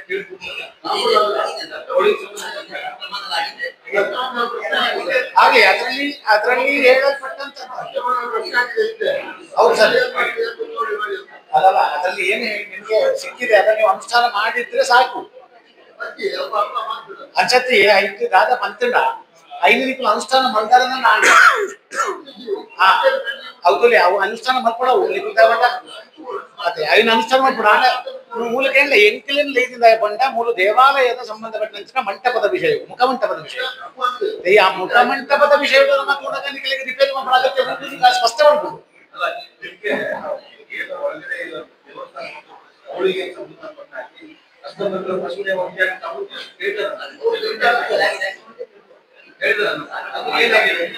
ಅಲ್ಲ ಇವರೇ ಒಂದು ನಿಮಿಷ, ನಾವು ಒಂದು ವಿಷಯ ಹೇಳಿಬಿಡ್ತೇವೆ.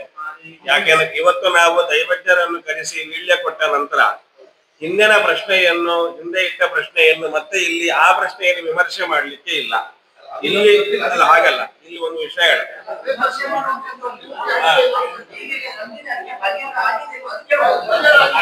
ಅಲ್ಲ ಹಾಗಲ್ಲ, ಬೇಡ ಅಂತ ನಾನು ಹಾಗಲ್ಲ. ನಮಗೆ ಅದು ಅಲ್ಲ, ಒಂದು ನಿಮಿಷ, ನಮಗೆ ಇಲ್ಲಿ ಅಲ್ಲ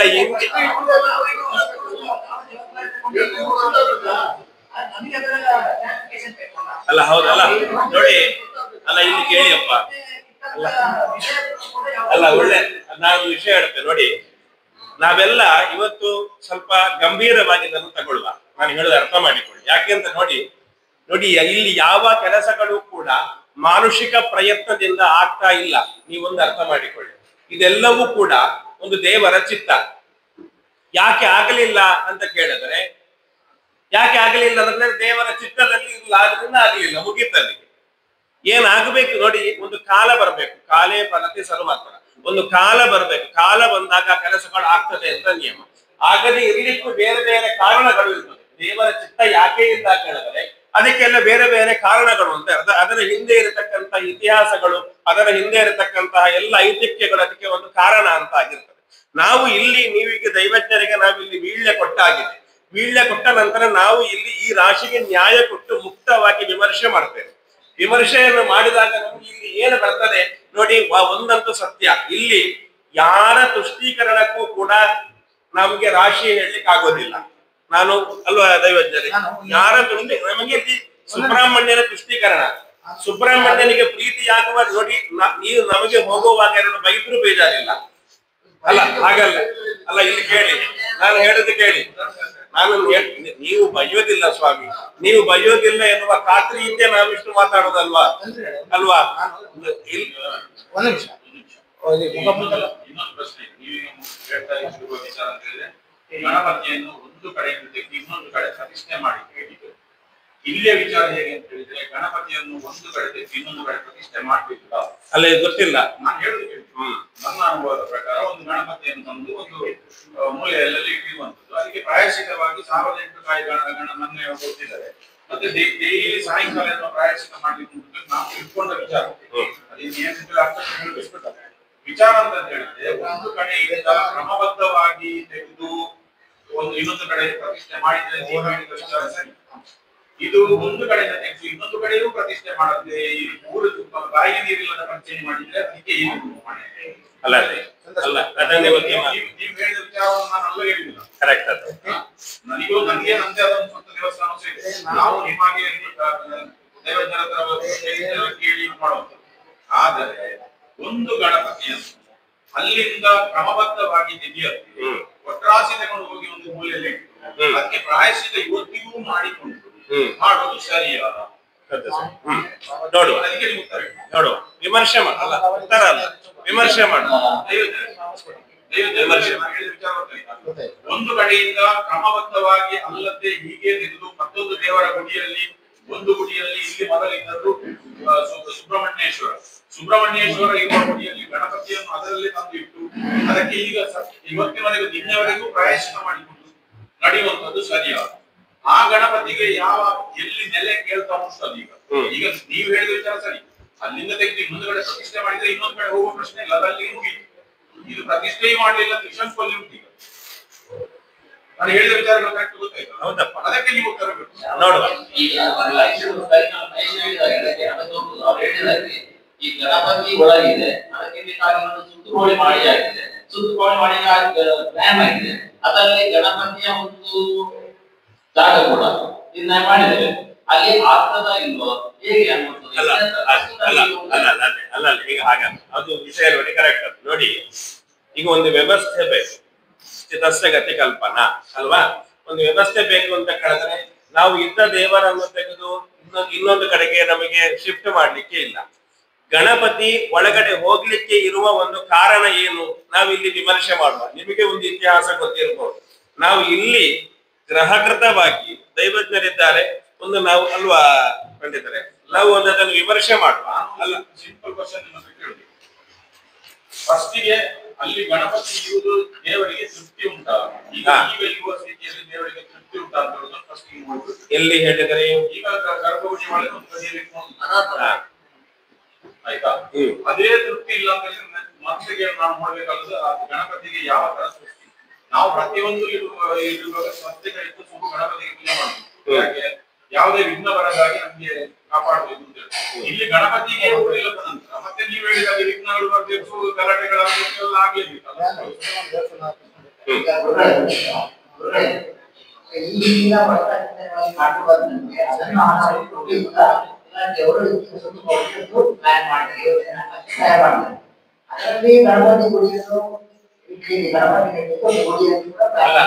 ಅದನ್ನು ಮತ್ತೆ ಅದನ್ನು ನಾವು ಮತ್ತೆ ಅದಕ್ಕೆ ನಿವೃತ್ತಿಯಲ್ಲಿ ಅದು ಆಗಬಹುದು ಅಂತ ನಾವು ದೇವರ ಹತ್ರ ರಾಶಿ ಇಟ್ಟು ದೇವರ ಅಪ್ಪಣೆ ಹೇಗೆ ಉಂಟು ಅಂತ ನೋಡ್ಕೊಳ್ತ.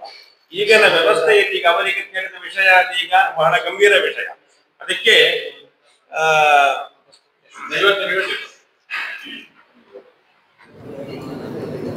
ಈಗ ಇನ್ನೊಂದು ವಿಚಾರಗಳಲ್ಲಿ ನಾವು ಕೆಲಸವಾಗಿ ನೋಡಬೇಕಾದ್ರೆ ಅಂತ ಹೇಳಿದ್ರೆ ಇದಕ್ಕಿಂತ ಮೊದಲು ಸುತ್ತ ಹೋಳಿಗೆ ಶಿಲಾನ್ಯಾಸ ಮಾಡಲಿಕ್ಕೂ ಸಹ ಟೈಮ್ ನಿಗಂಟಾಗಿತ್ತು. ಸುತ್ತ ಕೋಳಿಗೆ ಹಣವನ್ನು ಬೀಳಬಿಡಿ ಕಟ್ಟಿಯಾಗಿತ್ತು. ಆದರೂ ಇದು ಮುಂದೆ ಹೋಗಲಿಲ್ಲ, ಎಲ್ಲವೂ ಆಗಿತ್ತು. ಈ ಅಷ್ಟಮಂಗಲ ಪ್ರಶ್ನೆ ಇಟ್ಟು ಎಲ್ಲವೂ ತೀರ್ಮಾನ ಆಗಿ ಸಾಧಾರಣ ಇವರಿಗೆ ಅಚ್ಯುತಾಸನರಿಗೆ ಸಾಧಾರಣ ಪರಿಹಾರಗಳು ಪೂರ್ತಿ ಆಗಿದಲ್ಲ ಕೆಲಸತಿ ಆಗಿದೆ, ಪೂರ್ತಿ ಆಗಿದೆ ಕೆಲಸದ ಪರಿಹಾರ. ಯಾರೋ ಇವರು ಇಟ್ಟದ್ದು, ಯಾರೋ ಬೇಳ ಪದ್ಮನಾಭ ಶರ್ಮರು ಇಟ್ಟಂತ ಒಂದು ಪ್ರಶ್ನೆ. ಅದರಲ್ಲಿ ನನ್ನ ಲೆಕ್ಕಾಚಾರ ಪ್ರಕಾರದಲ್ಲಿ ಅದರದ್ದು ಅಷ್ಟಮಂಗಲದ ಇದು ಹೆಚ್ಚಿನ ಅಂಶ 100ಕ್ಕೆ 100 ಆಗಿಬೇಕು. ಅದರ ಮೊದಲು ಈಗ ರವೀಂದ್ರನಾಥ್ ಶೆಟ್ಟಿ ಇಟ್ಟ ಅಷ್ಟಮಂಗಲ ಪ್ರಶ್ನೆಯಲ್ಲಿ ವಾಪಸ್ಸು ಇದು ಯಾವುದು ಪ್ರಾಯಶ್ಚಿತ್ತಗಳು ಯಾವುದು ಮಾಡಲಿಲ್ಲ. ಅದರ ನಂತರ ಇಟ್ಟದರಲ್ಲಿ ನನ್ನ ಲೆಕ್ಕಾಚಾರದಲ್ಲಿ ಆಗಿದೆ ಅಂತ ನನ್ನ ನೆನಪು, ನನಗೆ ಸರಿ ಗೊತ್ತಿತ್ತು. ಆದರೂ ಸಹ ಒಂದು ಇನ್ನೇನು ಶಂಕುಸ್ಥಾಪನೆ ಮಾಡಬೇಕು ಅಂತೇಳಿ ಹೊರಟವರು ಅಲ್ಲ ಆಗಲಿಲ್ಲ. ಹಾಗಾದರೆ ಏನು ಅದರಲ್ಲಿ ಏನೋ ಒಂದು ಸಮಸ್ಯೆ ಉಂಟು.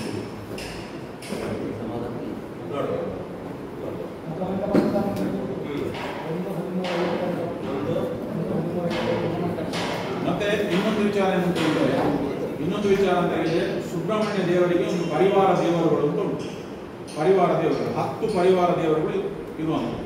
10, 9, 10 ನಮ್ಮ ಹತ್ರ ಪುಸ್ತಕದಲ್ಲಿ ಉಂಟು. ಈಗ ಸುಬ್ರಹ್ಮಣ್ಯ ಇರ್ಬೋದು, ಉಮಾಮಹೇಶ್ವರ ಇರ್ಬೋದು, ಗಣಪತಿ ಇರ್ಬೋದು, ಕಾಳಭೈರವ ಇರ್ಬೋದು, ಮೂಲೆ ಗಣಪತಿ ಇರ್ಬೋದು, ಕಾಶಿಕಟ್ಟೆ ಗಣಪತಿ ಇರ್ಬೋದು, ಅಭಯಾಂಜನೇಯ ಇರ್ಬೋದು, ಮತ್ತೆ ಎಲ್ಲವೂ ಒಂದು ಪರಿವಾರ ದೇವರ ಒಂದು ವ್ಯವಸ್ಥೆ ಅಡಿಯಲ್ಲಿ ಬಂದಂಥದ್ದು. ಈ ನರಸಿಂಹ ದೇವರು ಸಹ ಸುಬ್ರಹ್ಮಣ್ಯ ದೇವರ ಪರಿವಾರ ದೇವರು. ಆದರೆ ಈ ಒಂದು ಯಾವುದೋ ಒಂದು ಸಮಸ್ಯೆಗಳ ಇದರಲ್ಲಿ ಈ ಒಂದು ಸಮಸ್ಯೆಗಳಾದಂಥ ವಿಚಾರಗಳು ಇದು ಯಾವುದು ಅಂತ ಹೇಳಿದ್ರೆ, ಇದು ಹಿಂದಿನ ಅಷ್ಟಮಂಗಲ ಒಂದು 5-6 ಅಷ್ಟಮಂಗಲಾಗಿದೆ. ನನ್ನ ಹತ್ರ 5-6 ಅಷ್ಟಮಂಗಲದ ಪುಸ್ತಕಗಳು ಉಂಟು. ಅದನ್ನು ಸರಿಯಾಗಿ ನಾನು ನನ್ನ ಜ್ಞಾನ ಎಷ್ಟು ಉಂಟು ನಾನು ತಿಳ್ಕೊಂಡಿದ್ದೇನೆ. ನಿಮ್ಮಷ್ಟು ಉಳಿದವರಷ್ಟು ಜ್ಞಾನ ಇರೋದು ಸ್ವಲ್ಪ ಉಂಟು ನಮಗೆ, ಅಷ್ಟನ್ನು ನಾವು ತಿಳ್ಕೊಂಡಿದ್ದೇವೆ. ಅದರಲ್ಲಿ ಎಲ್ಲದರಲ್ಲಿಯೂ ಬಂದದ್ದು ಗಣಪತಿಯ ಸಮಸ್ಯೆ. ಯಾವುದೇ ಕೆಲಸ ಮಾಡಲಿಕ್ಕೂ ವಿಘ್ನ ನಿವಾರಕನಿಗೆ ಸಮಸ್ಯೆ ಇರುವಾಗ ಇದು ಮುಂದುವರಿಯುವುದಿಲ್ಲ. ನಿಮ್ಮ ಹೇಳಿದ ಸಮಸ್ಯೆಯನ್ನೇ ಹೇಳಿದ್ದಾರೆ. ಈಶಾನ್ಯದಲ್ಲಿ ಪತನ ಆಗ್ತದೆ ಅಂತೇಳಿ ನೀವೀಗ ಹೇಳಿದ್ರಲ್ವ, ಅದನ್ನು ಈಶಾನ್ಯದಲ್ಲಿ ಅಗ್ನಿ ಅವಘಡ ಆದದ್ದು ಉಂಟು. ಗೊತ್ತದಾಸನಂದ್ರೆ ಯಾವಾಗ ನಮ್ಮ ಕಾಲದಲ್ಲೆಲ್ಲ ಹಿಂದೆ ಆಗಿದೆ. ಈಗಲೂ ನೀವೇನು ಹೇಳೋದು ಈಶಾನ್ಯ ಪತನ ಆಗ್ತದೆ ಅಂತೇಳಿ ಕರೆಕ್ಟ್ ಅದು ನೋಡಿ. ಒಂದು ಕ್ಷೇತ್ರದ ದೇವ ಸಾನ್ನಿಧ್ಯದ ಮುಖಪಟ್ಟ ಹೊಸಪಟ್ಟ ಬಂದದ್ದು ವೃಷಭ ರಾಶಿ. ಆ ವೃಷಭ ರಾಶಿಯಲ್ಲಿ ಷಡಾರುಲಗಳಂತೆ ಷಡ್ಬಲಗಳ ಸಂಗ್ರಹ ಹೊಂದಿದೆ ನೋಡಿ. ರೇಖಾಣ ಬುಧ, ಹೋರಾಚಂದ್ರ, ನವಾಂಶಕ ಶುಕ್ರ, ತ್ರಿಂಶಂಶಕ ಬುಧ, ದ್ವಾದಶಂಶಕ ಶುಕ್ರ, ಮತ್ತೆ ಕ್ಷೇತ್ರ ಶುಕ್ರ. ಈ ಶುಕ್ರ ಗಣಪತಿ ಈ ದೇವಾಲಯದ ಭವನದ ಭಾಗದಲ್ಲಿ ನಿರ್ಣಯ ಪಟ್ಟದ ಜಾಗ ಗಣಪತಿ ಹಿತ ಇದೆ ಎಂದು ಸೂಚಿಸುತ್ತದೆ. ಎಲ್ಲಿ ನೀವು ನಿರ್ಣಯ ಮಾಡಿದ್ದೀರೋ ಆ ನಿರ್ಣಯ ಮಾಡಿದಂಥ ಜಾಗ ಗಣಪತಿ ತೃಪ್ತಿ ಇದೆ. ಗಣಪತಿ ಅದೇ ಗಣಪತಿ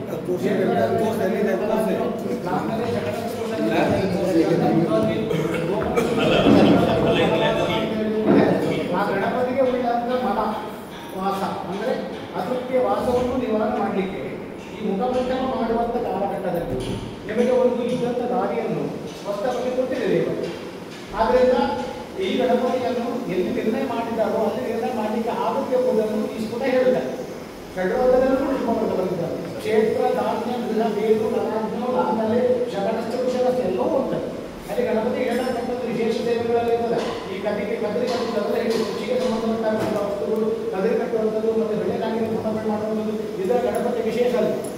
ಕ್ಷೇತ್ರ, ಧಾನ್ಯ, ಗೃಹ, ದೇನು, ಲಲಾಜ್ಞ, ಲಾಂಗಲೆ, ರೋಗನಾಯಕಗಳನ್ನು ಸಹಿತವಾಗಿ ಇರುವಂಥ ಈ ಊರಿನ ಸುಬ್ರಹ್ಮಣ್ಯ ಊರಿನಲ್ಲಿ ಈ ಗಣಪತಿಗೆ ವೈಶೇಷಿಕತೆ ಏನೆಂದರೆ ಕೃಷಿಕರ್ಮ ಮಾಡುವಾಗ ಕೃಷಿಯ ಸಂಬಂಧಪಟ್ಟ ಎಲ್ಲ ವಸ್ತುಗಳನ್ನು ಇಟ್ಟು ಪ್ರಾರ್ಥಿಸಿ ಆರಂಭಿಸುವುದು, ಕೃಷಿ ಸಂಬಂಧಪಟ್ಟ ವಸ್ತುಗಳನ್ನು ತಂದು ಅಲ್ಲಿ ನಿವೇದಿಸುವುದು, ಬೆಳೆ ಕಾರ್ಯಗಳನ್ನು ಮಾಡುವಂಥದ್ದು, ಅದೇ ಕದಿರಿ ಕಟ್ಟುವ ಮಾಡಿದಾಗ ಕೂಡ ಗಣಪತಿಯ ಕ್ಷೇತ್ರದಲ್ಲಿ ನಿರ್ಮಾಣ ಮಾಡಬೇಕಂತ ಲಕ್ಷಣವನ್ನು ನಮಗೆ ಸೂಚಿಸ್ತದೆ. ಈ ಮುಖಮಂಟಪ ಕೂಡ ಈಗ ನಾನು ಮಾಡಿದ್ದೇನೆಂದರೆ ಆ ಕ್ಷೇತ್ರದಲ್ಲಿ ಇರುವಂಥ ಇದನ್ನ ದ್ವಾರ ಏನಿದೆ ಆ ಮುಖಮಂಟಪದ ಸ್ಥಳದಲ್ಲಿ ಚಿಂತನೆ ಮಾಡುವಾಗ ಗಣಪತಿ ನಿರ್ಣಯ ಮಾಡತಕ್ಕಂಥ ಸ್ಥಾನದಲ್ಲಿ ಚತುರ್ಥದಲ್ಲಿ ಕ್ಷೇಮ ಭಾವದಲ್ಲಿ ಗ್ರಹೋದಯ ಬಂದಿದೆ. ಅದು ಯಾವ ದಿಕ್ಕು ಅಲ್ಲ, ಇದು ನೀವು ನಿರ್ಣಯ ಮಾಡಿದ ದಿಕ್ಕು ತೃಪ್ತಿ ಇದೆ ಅಂತ ನೀವು ಯಾವ ದಿಕ್ಕು ಗೊತ್ತಿದೆಯಾ? ಇಲ್ಲ, ನೀವು ಮಾಡಿದ ದಿಕ್ಕು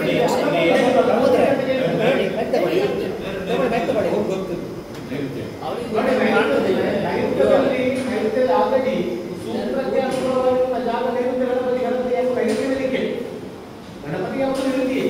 ಆದರೆ ಎಲ್ಲಿ ಕೊಟ್ಟಿದ್ದೀರಿ ಅಲ್ಲಿ ತೃಪ್ತಿ ಅವರು ಸೂಚಿಸ್ತಾರೆ. ಅಲ್ಲಿ ವಿವಾದವನ್ನು ಮಾಡಬೇಕಾದ ಅಗತ್ಯ ಇಲ್ಲ. ಹಾಗಾದ್ರೆ ನನ್ನ ಸಣ್ಣ ಕ್ವಶನ್, ಕಲಸದ ಅಷ್ಟಮಂಗಲ ಆಯ್ತು, ನಿವೃತ್ತಿ ಆಯ್ತು, ಎಲ್ಲವಾಯ್ತು. ಆದ್ರೆ ಯಾಕೆ ಮುಂದೆ ಹೋಗಲಿಲ್ಲ ನೋಡಿ? ಇಲ್ಲ ಈ ಗಣಪತಿಗೆ ಮೊದಲು ಮಾಡಬೇಕಾದದ್ದು ಮಾಡಿಕೊಂಡು ಈಗ ನಿರ್ಣಯವಾದ ಜಾಗದಲ್ಲಿ ಗಣಪತಿಗೆ ದಯವಾಗಿ ವ್ಯವಸ್ಥೆ ಮಾಡಿಕೊಂಡು ಮುಂದುವರಿಸಬೇಕು. ಇದು ಕೂಡ ಇರ್ತದೆ. ಈಗ ನಿವೃತ್ತಿ ಎಲ್ಲ ಆಯ್ತು, ನಿವೃತ್ತಿ ಪರಿಹಾರವಾಯ್ತು, ಎಲ್ಲವಾಯ್ತು. ಕಳೆದ ಒಂದು 6-7 ವರ್ಷದ ಮುಂದೆ ಅದನ್ನು ಶುದ್ಧಪಡಿಸಿ ಕೆಲಸ ಶುರು ಮಾಡುವುದಾಯ್ತು. ಗಣಪತಿಗೆ ನೈವೇದ್ಯ ದಿಕ್ಕುಗಳಾಯ್ತು, ಎಲ್ಲವೂ ತೀರ್ಮಾನ ಆದ ನಂತರ, ಎಲ್ಲವೂ ಆದ ನಂತರ ಯಾಕೆ ಆಗಲಿಲ್ಲ ಅಂತ ನನ್ನ ಪ್ರಶ್ನೆ. ಇಲ್ಲ, ಗಣಪತಿಗೆ ಮಾಡಬೇಕಾದದ್ದನ್ನು ಏನು ಮಾಡಿದ್ದೀರಿ ಅನ್ನೋದು ಇಂಪಾರ್ಟೆಂಟ್. ಗಣಪತಿಯ ಕೋಪ ಪರಿಹಾರಕ್ಕೆ ಏನಾಗಿದೆ, ಏನು ವೈದ್ಯರಾಗಿದೆ ಎನ್ನುವುದು ಅಲ್ಲಿ ಇಂಪಾರ್ಟೆಂಟ್. ನೋಡಿ, ಎಷ್ಟೋ ಸಲ ಪುರುಷ ಅಡ್ಡಿಯಾಗುತ್ತೆ. ನೋಡಿ, ನಮ್ಮ ಮನುಷ್ಯನ ಇಚ್ಛಾಶಕ್ತಿ ಕೂಡ ಅಡ್ಡಿಯಾಗುತ್ತೆ ಕೆಲವು ಸಲ. ಇದು ಗಣಪತಿಯ ಮನವಾಸ, ಗಣಪತಿಗಳಂತ ಅತೃಪ್ತಿಯ ವಾಸವನ್ನು ಪರಿಹಾರ ಮಾಡಲಿಕ್ಕೆ ಇದ್ದಂಥ ದಾರಿಯನ್ನು ನಮಗೆ ಸಿಕ್ಕಿದೆ. ಗಣಿತ ಹೇಳುತ್ತೆ ನಮಗೆ ಜ್ಯೋತಿಷಲ್ಲಿ ಗಣಿತ ವಿಶೇಷ. ಅಲ್ಲ, ಈ ಗಣಪತಿ ಒಳಗೆ ಇದ್ದದ್ದು ಯಾವುದು? ಅದೇ ಗಣಪತಿ ಅದು ಯಾವ ಕಾಲದಲ್ಲಿ ಅದೇ ಗೊತ್ತಿಲ್ಲ ಅಲ್ಲ. ಯಾವ ಕಾಲದಲ್ಲಿ ಒಂದು ವಿಷಯ ಒಂದು ವಿಷಯ ಯಾರು ಅವ್ರು ಅಲ್ಲ, ಒಂದು ವಿಷಯ ಉಂಟು. ಗಣಪತಿಯನ್ನು ಒಳಗಡೆ ಇಟ್ಟವರು ಯಾರು ಅಂತ ಒಂದು ವಿಮರ್ಶೆ ಮಾಡಬೇಕು. ಗಣಪತಿಯನ್ನು ಒಳಗಡೆ ಇಟ್ಟವರು ಯಾರು? ತಂತ್ರಿಗಳು ಅಂತ ಆಗಿದ್ರೆ ತಂತ್ರಿಗಳೇ ಅದನ್ನು ಹೊರಗಡೆ ಇಡಬೇಕು. ಅರ್ಚಕರು ಅಂತಂದ್ರೆ ಅರ್ಚಕರೇ ಹೊರಗಡೆ ಇಡಬೇಕು. ಅದರ ಅಧಿಕಾರಿಗಳು ಯಾರು? ಸಮಸ್ಯೆ ಆಗಿದೆ ಅಲ್ಲ, ಹಾಗಲ್ಲ. ಅಂದ್ರೆ ಒಂದು ಸಾನ್ನಿಧ್ಯವನ್ನು ಒಂದು ಕಡೆ ಇಟ್ಟವರೇ ಅದನ್ನು ಹೊರಗಡೆ ತೆಗೆಯಲಿಕ್ಕೆ ಅಧಿಕಾರಿ ಅಂತ ಆಗಿದೆ. ಯಾವ ಉದ್ದೇಶ ಇಟ್ಟುಕೊಂಡು ಇಟ್ಟಿದ್ದಾರೆ ಅಲ್ವಾ? ಅದರ ಅಧಿಕಾರಿಗಳು ಅವರೇ ಆಗಿರ್ತಾರೆ, ಅವರೇ ಆಗಿರಬೇಕು. ಈಗ ನಾನು ಸಣ್ಣ ಸಿಂಪಲ್ ಪ್ರಶ್ನೆ, ತಂತ್ರಿಗಳೆಲ್ಲ ಅಲ್ಲದವ್ರು ಇಟ್ಟಿದ್ರೆ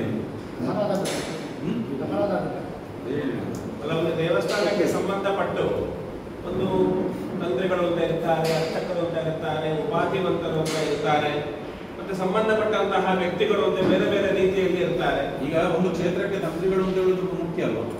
ಅಲ್ಲ, ಹಾಗಲ್ಲ. ಅದು ಅಲ್ಲ, ನಾನು ಕೇಳುದು. ಹೌದು, ಕ್ಷೇತ್ರಕ್ಕೆ ತಂತ್ರಿಗಳು ಬೇಕೇ ಬೇಕಲ್ಲ? ಬೇಕೇ ಬೇಕು. ಹೌದು. ಯಾರು ತಂತ್ರಿಗಳು? ಅಲ್ಲ, ಅದೇ ಇಲ್ಲಿ ತಂತ್ರಿಗಳು ಯಾರು?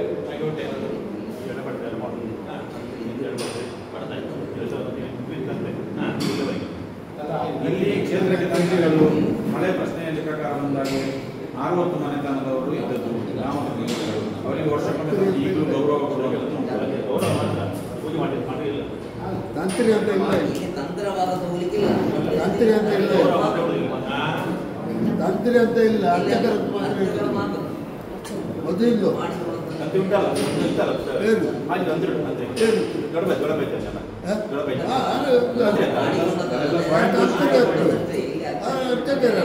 ತಂತ್ರಿ ಮನೆತನದವರು ನೋಡಿ. ತಂತ್ರಿ ಮನೆತನ ಅಂತ ಹೇಳುವುದು ಕೆಲವೇ ಕೆಲವು ನಿಮಗೂ ಗೊತ್ತುಂಟು, ಅವರಿಗೂ ಗೊತ್ತುಂಟು, ಎಲ್ಲರಿಗೂ ಗೊತ್ತುಂಟು. ತಂತ್ರಿ ಮನೆತನ ಅಂತ ಹೇಳುವುದು ಎಲ್ಲಿ ತೆಂಕಾಗಿಯಿಂದ ಬಂದಂಥವ್ರು ಇರುವಂಥದ್ದು. ಎಷ್ಟು ಮನೆತನದವರು ಇರ್ಬೋದು, ಅವರು ನಂತರ ಕೆಲವರಿಗೆಲ್ಲ ಕೊಟ್ಟಂಥದ್ದು ಇರ್ಬೋದು. ಯಾವ ಆ ಕಾಲಘಟ್ಟದಲ್ಲಿ ನಮಗೆ ಹೋಗ್ಲಿಕ್ಕೆ ಬರ್ಲಿಕ್ಕೆ ಆಗುದಿಲ್ಲ ಅಂತ ಹೇಳುವ ಸಂದರ್ಭದಲ್ಲಿ ಈಗ 60 ಇರ್ಬೋದು, ಮತ್ತೆ ಇನ್ನೊಬ್ರು ಇರ್ಬೋದು, ಸುಮಾರು ತಂತ್ರಿಗಳಿದ್ದಾರೆ ಕೇರಳದಲ್ಲಿ. ಅವರು ಇನ್ನೊಬ್ಬರಿಗೆ ಈಗ ಇನ್ನೊಂದು ಮನೆತನದವರಿಗೆ ಕೊಟ್ಟಿರ್ಬೋದು, ನನ್ನ ಪರವಾಗಿ ನೀವು ಹೋಗ್ಬೋದು. ಹಾಗೆ ಕೆಲವರು ತಂತ್ರಿಗಳಾದ ಒರಿಜಿನಲ್ ತುಳುನಾಡು ಇತಿಹಾಸ ಅಂತ ಒಂದು ಪುಸ್ತಕ ಇದೆ, ಅದರಲ್ಲಿ ನೀವು ಓದಿ ನೋಡಿ. ಅದರಲ್ಲಿ ತಂತ್ರಿಗಳು ಯಾರು ವರ್ಗದವರು, ತಂತ್ರ ತೂವಿಗೆ ಯಾರು ವ್ಯವಸ್ಥೆ ಇರುವಂಥದ್ದು ಸ್ಪಷ್ಟವಾಗಿ ಉಂಟು, ಉಲ್ಲೇಖ ಉಂಟು. ಹಾಗೆ ಈಗ ಎಲ್ಲರೂ ತಂತ್ರಿಗಳು, ಎಲ್ಲರೂ ನಾನು ಸಹ ನಾಳೆ ವಯಸ್ಸು ತಂತ್ರಿಯಿಂದಲೇ ಆಗುವುದು, ನಾಳೆ ಹೋಗಿ ನಾನೇ ಪೂಜೆ ಮಾಡುವುದು, ಇದೆಲ್ಲ ಇರುವಂಥದ್ದು. ಈಗದ ಕಾಲಘಟ್ಟದಲ್ಲಿ ಒಟ್ಟಾಸೆ ನಡೀತದೆ. ಆದರೆ ಅದಕ್ಕೆ ಆದ ಸೀಮಿತವಾದ ತಂತ್ರ ವರ್ಗದವರು ಇದ್ದಾರೆ. ಈಗ ನಿಮ್ಮ ಉಡುಪಿ ಸೈಡ್ನಲ್ಲಿ ಬೈಲೂರಿನವರಿಗೆಲ್ಲ ತಂತ್ರ ವ್ಯವಸ್ಥೆ ಕೊಟ್ಟಿದ್ದಾರೆ. ಯಾರು ಕೊಟ್ಟದ್ದು? ಇದ್ದಾಗಿಂದ ತೆಂಕ್ಲಾಗಿಂದ ಕೊಟ್ಟಂತ ಒಂದು ಇದು. ಈಗ ಬಿಡಿ, ಈಗ ಒಟ್ಟಾಸೆ ತಂತ್ರಿಗಳಿದ್ದಾರೆ, ಅದು ವಿಚಾರ ಬಿಡಿ. ಆದರೆ ಇಂಥ ದೊಡ್ಡ ಮಹಾಕ್ಷೇತ್ರಕ್ಕೆ ಒಂದು ತಂತ್ರಿ ವರ್ಗದವರು ಅಂತೇಳಿ ಒಂದು ನಿಶ್ಚಯ ಆಗಿದೆ. ಇಲ್ಲ ಇದ್ರೆ ಯಾಕೆ ಅವರನ್ನು ತಂದು ವರ್ಷಕ್ಕೊಮ್ಮೆ ಇಲ್ಲಿ ಅವರಿಗೆ ಫಲಪುಷ್ಪ ಎಲ್ಲ ಕೊಟ್ಟು, ಮತ್ತು ದಾಮೋದರ ತಂತ್ರಿಗಳಿದ್ದರು, ಈಗ ಅವರ ಮಗ ಪದ್ಮನಾಭ ತಂತ್ರಿಗಳಲ್ಲಿ ಷಷ್ಠಿ ದಿವಸ ತಂದು ಇವರಿಗೆ ಎಂತದಕ್ಕೆ ಫಲಪುಷ್ಪ ಅಗತ್ಯ ತಂತ್ರಿಗಳು ಅಲ್ಲ. ಆ ತಂತ್ರಿಗಳಿಂದ ಅದೇ ಆ ತಂತ್ರಿಗಳನ್ನು ನೀವು ಸ್ವೀಕಾರ ಮಾಡಿದ್ರೆ ಅದೇ ತಂತ್ರಿಗಳಿಂದ ಗಣಪತಿ ನೋಡಿ. ಈಗ ನಾವು ಒಂದು ವಿಚಾರವನ್ನು ಬಿಟ್ಟು ತಂತ್ರ ವಿಚಾರಕ್ಕೆ ಹೋಗೋದಕ್ಕಿಂತ ಒಂದೊಂದು ವಿಚಾರವನ್ನು ಮುಗಿಸ್ತಾ ಹೋದ್ರೆ ಇದೊಂದು ಮುಗಿಯುವುದು. ಈಗ ನಮ್ಮಲ್ಲಿ ಗಣಪತಿ ವಿಚಾರ ಅಲ್ಲಿ ಒಂದು ಏನಾದರೂ ಫೈನಲೈಸ್ ಮಾಡಿದ್ರೆ ನಂತರ ಮತ್ತೊಂದು ವಿಚಾರಕ್ಕೆ ಹೋಗುವ. ಇಲ್ಲಿ ಈಗ ವಿಷಯ ಅಂತ ಬಂದದ್ದು ಕೇಳಿದ್ರೆ ಅಲ್ಲ, ಗಣಪತಿಯನ್ನು ಒಳಗಡೆ ಇಟ್ಟವರು ಯಾರು ಎನ್ನುವ ಒಂದು ವಿಷಯ ಬಂದಾಗ ತಂತ್ರಿಗಳು ಅರ್ಚಕರು ಯಾರು ಅಂತ ನಾವೊಂದು ವಿಮರ್ಶೆ ಮಾಡುವ. ರಕ್ಷಾನೋ ಮಾದರಿ ಎಲ್ಲ ಒಂದು ವಿಷಯ ಉಂಟು. ಈ ಕೀರ್ತುವಿನಂತೆ ವಿಮರ್ಶೆ ಮಾಡುವಂತಹ ಲೇಖನ ನಮಗೆ ರಕ್ಷಾಂಗನೋ ವಾಹನದಿಂದ ವಿಭರ್ತಿ ದಂಡ ದಂಡ ಹಿಡಿದ ಲೆಕ್ಕಯ್ಯ ವಿಭರ್ತಿ ದಂಡ ಫಲ ಆಮೇಶಂ ಚ ಅಲ್ಲ ಅಲ್ಲ ಅದೇ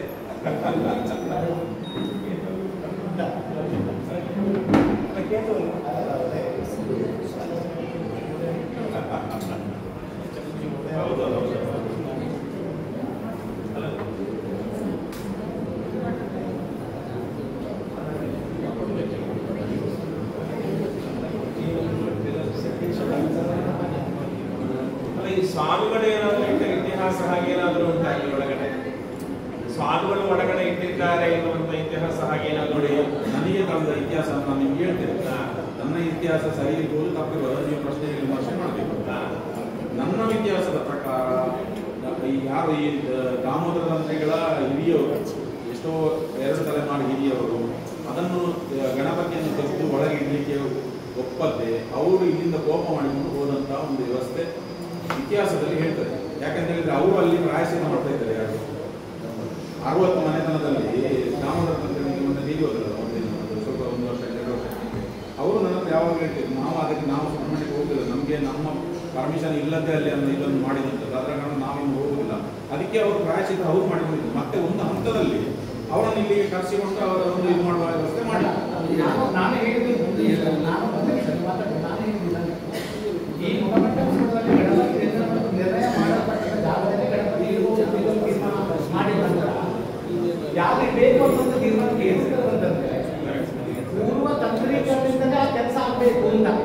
ಅರ್ಥಾತ್ ಏನರ್ಥ, ನೀವು ಇದಕ್ಕೆ ಯಾವುದು ನಿಮ್ಮ ಹುಡುಗಿ ಶಿಲಾನ್ಯಾಸ ಮಾಡುವ ಮೊದಲು ನಿಮ್ಮ ಪೂರ್ವದ ತಂತ್ರಿಗಳನ್ನು ಕಲಿಸಿ ಆ ತಂತ್ರಿಗಳ ಮೇಲೆ ಗಮನಗಳನ್ನು ಮಾಡಿ ಅದೇ ತಂತ್ರಿಗಳ ಮುಖಾಂತರ ನಿರ್ಣಯ ಮಾಡಿದಂಥ ಜಾಗಕ್ಕೆ ಗಣಪತಿ ಇಡುವ ಕೆಲಸ ಆರಂಭಿಸಿದ ಕೆಲಸ ಆಗುತ್ತೆ. ಇದು ನಮಗೆ ಇರುವಂತ ಪ್ರಾಯಶ್ಚಿತ್ತ. ಈಗ ಈಗ ಇರುವ ಈಗ ತಂತ್ರಿಗಳಿಲ್ಲ.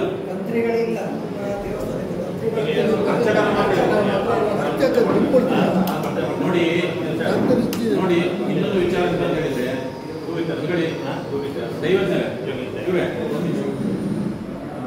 ನಾನು ಇನ್ನೊಂದು ಹೇಳುವಂಥದ್ದು ಅಂತ ಹೇಳಿದ್ರೆ, ಇದು ಸ್ಪಷ್ಟವಾಗಿ ಶೈವ ಸಂಪ್ರದಾಯದ ದೇವಸ್ಥಾನ, ಯಾವುದು ಸುಬ್ರಹ್ಮಣ್ಯೇಶ್ವರ ದೇವಸ್ಥಾನ, ಹೌದಾ? ಇದರ ಬಗ್ಗೆ ಯಾವುದೇ ಸಂಶಯಗಳಿಲ್ಲ. ಇದಕ್ಕೆ ಇನ್ನೊಂದು ವಿಚಾರ ಅಂತ ಹೇಳಿದ್ರೆ, ಈ ಗಣಪತಿ ವಿಚಾರದಲ್ಲಿ ಸಹ ಹಾಗೆ ಬಹಳಷ್ಟು ಸತಿ ಇದರಲ್ಲಿ ಗೊಂದಲ ಆಗಿ ಆಗಿ ಆಗಿ ಆಗಿ ಆಗಿ ಕಳೆದ ಪ್ರಶ್ನೆಯಲ್ಲಿ ಅದನ್ನು ನೈಋತ್ಯಕ್ಕೆ ಒಪ್ಪಬಹುದು ಅಂತ ಹೇಳಿದ್ರು. ಒಪ್ತಾನಂತಲ್ಲ, ಒಂದು ಏನಿಲ್ಲದವನಿಗೊಂದು ನೆಲೆ ಕೊಡುವ ಅಂತ ಹೇಳುವ ವ್ಯವಸ್ಥೆಗೆ ಬಂದಂಥದ್ದು ಪ್ರಶ್ನೆಯಲ್ಲಿ. ಆ ದಿವಸ ಯಾರು ನಮ್ಮ ಇವರು ಯಾರು ತಂತ್ರಿಗಳು ಉಡುಪಿಯವರು ನನ್ನ ಫ್ರೆಂಡ್ ಹಾಗೆ ಸರ್, ವಿಷಯ ಸಬ್ಜೆಕ್ಟ್ ನೇರವಾಗಿ ಹೇಳಿ. ಹೌದು. ಈಗ ಇದನ್ನು ವಿಚಾರದಲ್ಲಿ ಇದಕ್ಕೆ ಪ್ರಧಾನ ಅರ್ಚಕರು ಯಾರು ಎಡಪಡಿತಾಯ ಕುಟುಂಬದವರಲ್ಲ, ಯಾರು ಅಲ್ಲ. ಇದರ ಪ್ರಧಾನ ಅರ್ಚಕರು ಮೊರೋಜ ಕುಟುಂಬದವರು. ಮೊರೋಜ ಅಂತ ಹೇಳುವ ಒಂದು ಕುಟುಂಬ ಇತ್ತು. ಈ ಮೊರೋಜ ಕುಟುಂಬ ಅಶೌಚ ಆಗುವಾಗ ಬಂದು ಕೂರಿಸಿದ ನಂತರ ಅವರು ಇಲ್ಲಿ ಪರ್ಮನೆಂಟ್ ಆದಂಥದ್ದು. ಈ ಮೊರೋಜ ಕುಟುಂಬ ಎಲ್ಲಿ ಉಂಟು? ಮೊರೋಜ ಕುಟುಂಬ ಈಗ ಮೊನ್ನೆ 87 ಸೆನ್ಸ್ ಜಾಗ ನರಸಿಂಹಗುಡಿ ಇದ್ದಂಥ ಜಾಗ ಅವರಿಗೆ ಮೊನ್ನೆ ಹೈಕೋರ್ಟ್ ಆರ್ಡರ್ ಆಯಿತು. ಶಿವರಾವ್ ಮನೆ ಅಂತ ಹೇಳುವಂಥ ಅಲ್ಲಿ ಆ ನರಸಿಂಹದೇವರು ಆ ಒಂದು ಇದು ಇದ್ದಂಥ ಅದನ್ನು ತಂದು ಮತ್ತೆ ಆ ಹಂತದಲ್ಲಿ ಸ್ನಾನ ಪಲ್ಲಟ ಆಗಿ ಈ ವ್ಯವಸ್ಥೆ ಏನು ಅಂತ ಹೇಳಿದ್ರೆ, ನಮ್ಮ ಸುಬ್ರಹ್ಮಣ್ಯ ದೇವಸ್ಥಾನ ಮೊರೋಜ ಅಂತ ಹೇಳುವ ಒಂದು ಸ್ಥಾನಿಕ ಕುಟುಂಬದ ವ್ಯವಸ್ಥೆಯಲ್ಲಿ ಇದ್ದಂಥದ್ದು. ಅದರ ನಂತರ ಅದು ಪಲ್ಲಟನ ಆಗಿ ಆಗಿ ಆಗಿ ಬೇರೆ ಕುಟುಂಬಸ್ಥರ ಬಂದು ಮತ್ತೆ ಈಗ ಸರ್ಕಾರ ಬಿಡಿ, ಈಗ ನಾಡ್ದು ಎಡಪಡಿತಾ ಹೇಳ್ತಾರೆ, ಅದರ ನಂತರ ನಾಡ್ದು ಯಾವುದೋ ಎಂಟ್ರಿ ಆಗಿ ಇನ್ನೊಬ್ಬ ಬರ್ತಾನೆ ವಿಚಾರ ಬೇಕು. ಆದ್ರೆ ಮೂಲತಃ ಇದು ಇದ್ದಂಥದ್ದು ಮೊರೋಜ ಫ್ಯಾಮಿಲಿ. ಯಾರು ಯಾವ ಯಾವ ಬ್ರಾಹ್ಮಣ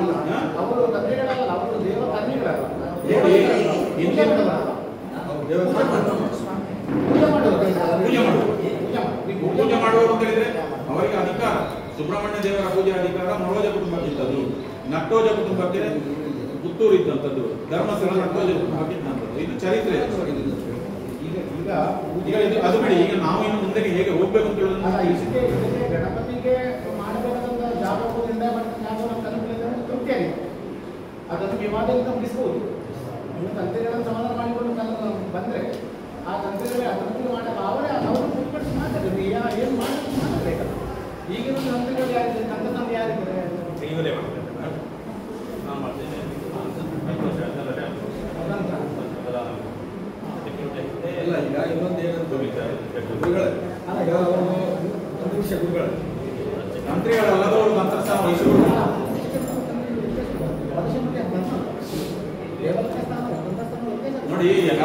ಸ್ವಯಂ ಘೋಷಿತ ನಾನು ತಂತ್ರಿ ಅಂತ ಹೇಳಿಕೊಳ್ಬೋದ? ತಂತ್ರಿಗಳಲ್ಲದವರು, ತಂತ್ರಿ ಮನೆತನದಲ್ಲ ಅಲ್ಲದವರು ನಾನು ತಂತ್ರಿ ಅಂತ ಹೇಳೋದು ಸರಿಯಲ್ಲ. ಅರ್ಚಕರಂದ್ರೆ ಸರಿ, ಅರ್ಚಕರಿಂದ ಹೇಳಿದ್ದವರು ಅಲ್ಲ ಅಲ್ಲ ಇಲ್ಲಿ ಈ ದೇವಸ್ಥಾನಕ್ಕೆ ಮೂಲ ತಂತ್ರಿಗಳು ಇರುವಂತಹ ಸಂದರ್ಭ. ಒಂದು ನಿಮಿಷ, ಈ ಸಿಂಹರಾಶಿಯಲ್ಲಿ ದೇವರಕ ಸ್ಥಾನಾಧಿಪತಿ ಯಾರು? ದೇವರಕ ಸ್ಥಾನಾಧಿಪತಿ ಶುಕ್ರ. ಶುಕ್ರ ನಿತ್ಯ ದ್ವಾದಶದಲ್ಲಿ ಇಲ್ಲಿ ದ್ವಾದಶದಲ್ಲಿ ಸ್ಥಾನದಲ್ಲೇ ದಿವಾರಟ್ಟಿ ಬೀರು ಅಲ್ಲ ಅಲ್ಲಿ ಶತ್ರುಸ್ಥಾನ ಕೂಡ ಅಲ್ವಾ? ಅಲ್ಲ ದಿವಾರಿವರ್ತಿ ಪ್ರಬಲವಾದ ಶಶಿ ಅಲ್ಲ ಅದು ವ್ಯವಸ್ಥೆ ಸರಿಯೇ. ಯಾಕಂದ್ರೆ ಸ್ಥಾನಾಧಿಪತಿಯಾಗಿರುವ ಚಂದ್ರ ಇವತ್ತು ಷಷ್ಠದಲ್ಲಿದ್ದಾರೆ. ಶಾಸ್ತ್ರದಲ್ಲಿ ಲಗ್ನಧ್ವಜ ತಂತ್ರ ಸ್ಥಾನದಿಂದ ಭಾವಾಧೀಶ್ವರೇ ಸ್ವಸ್ಥೆ ಭಾವ ಸಂಪರ್ಕ ಆ ಭಾವದಿಂದ ಭಾವಾಧಿಪತಿ ಷಷ್ಠ ಸ್ಥಾನದಲ್ಲಿ ಇರುವುದರಿಂದ ಒಂದು ಅನಾದಿಯ ತಂತ್ರಸ್ಥಾನಕ್ಕೆ ಸಂಬಂಧಪಟ್ಟಂತಹ ಯೋಗವನ್ನು ಹೇಳಲಿಕ್ಕೆ ಉಂಟು ಅಲ್ವಾ?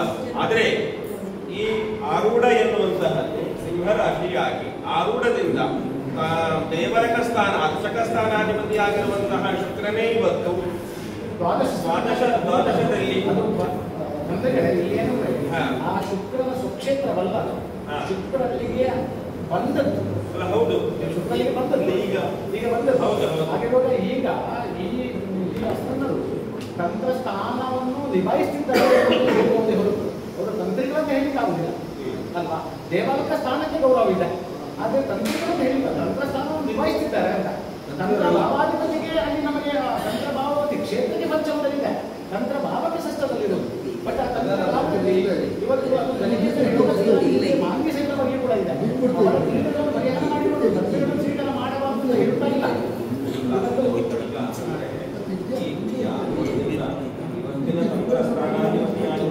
ಚಂದ್ರ ಪಂಚಮದಲ್ಲೇ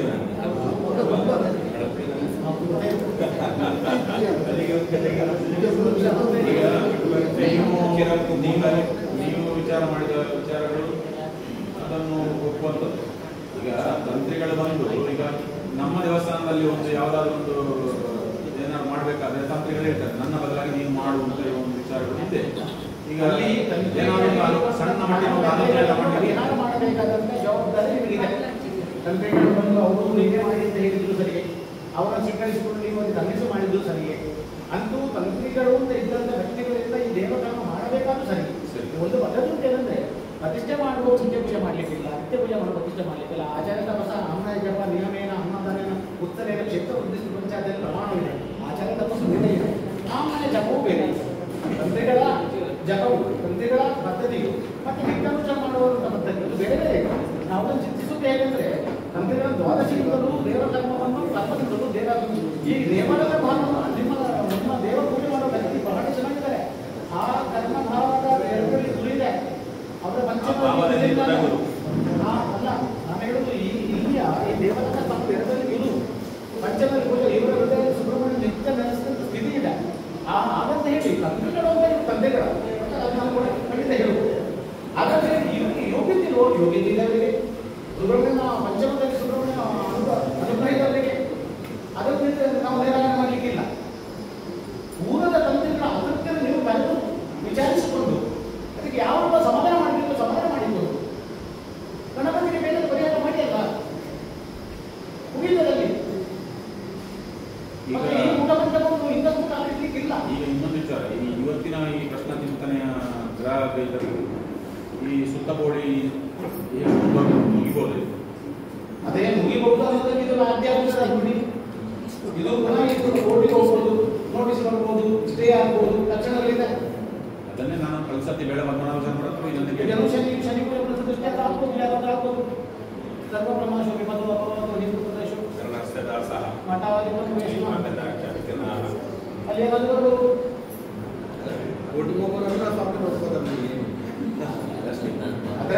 ನಿಮ್ಮಲ್ಲಿ ನೋಡಿ ಇಲ್ಲಿ ಉದ್ದೇಶವನ್ನು ಸಕ್ರಿಯಗೊಳಿಸುವಂತ ಪ್ರಯತ್ನ ಮಾಡಿ.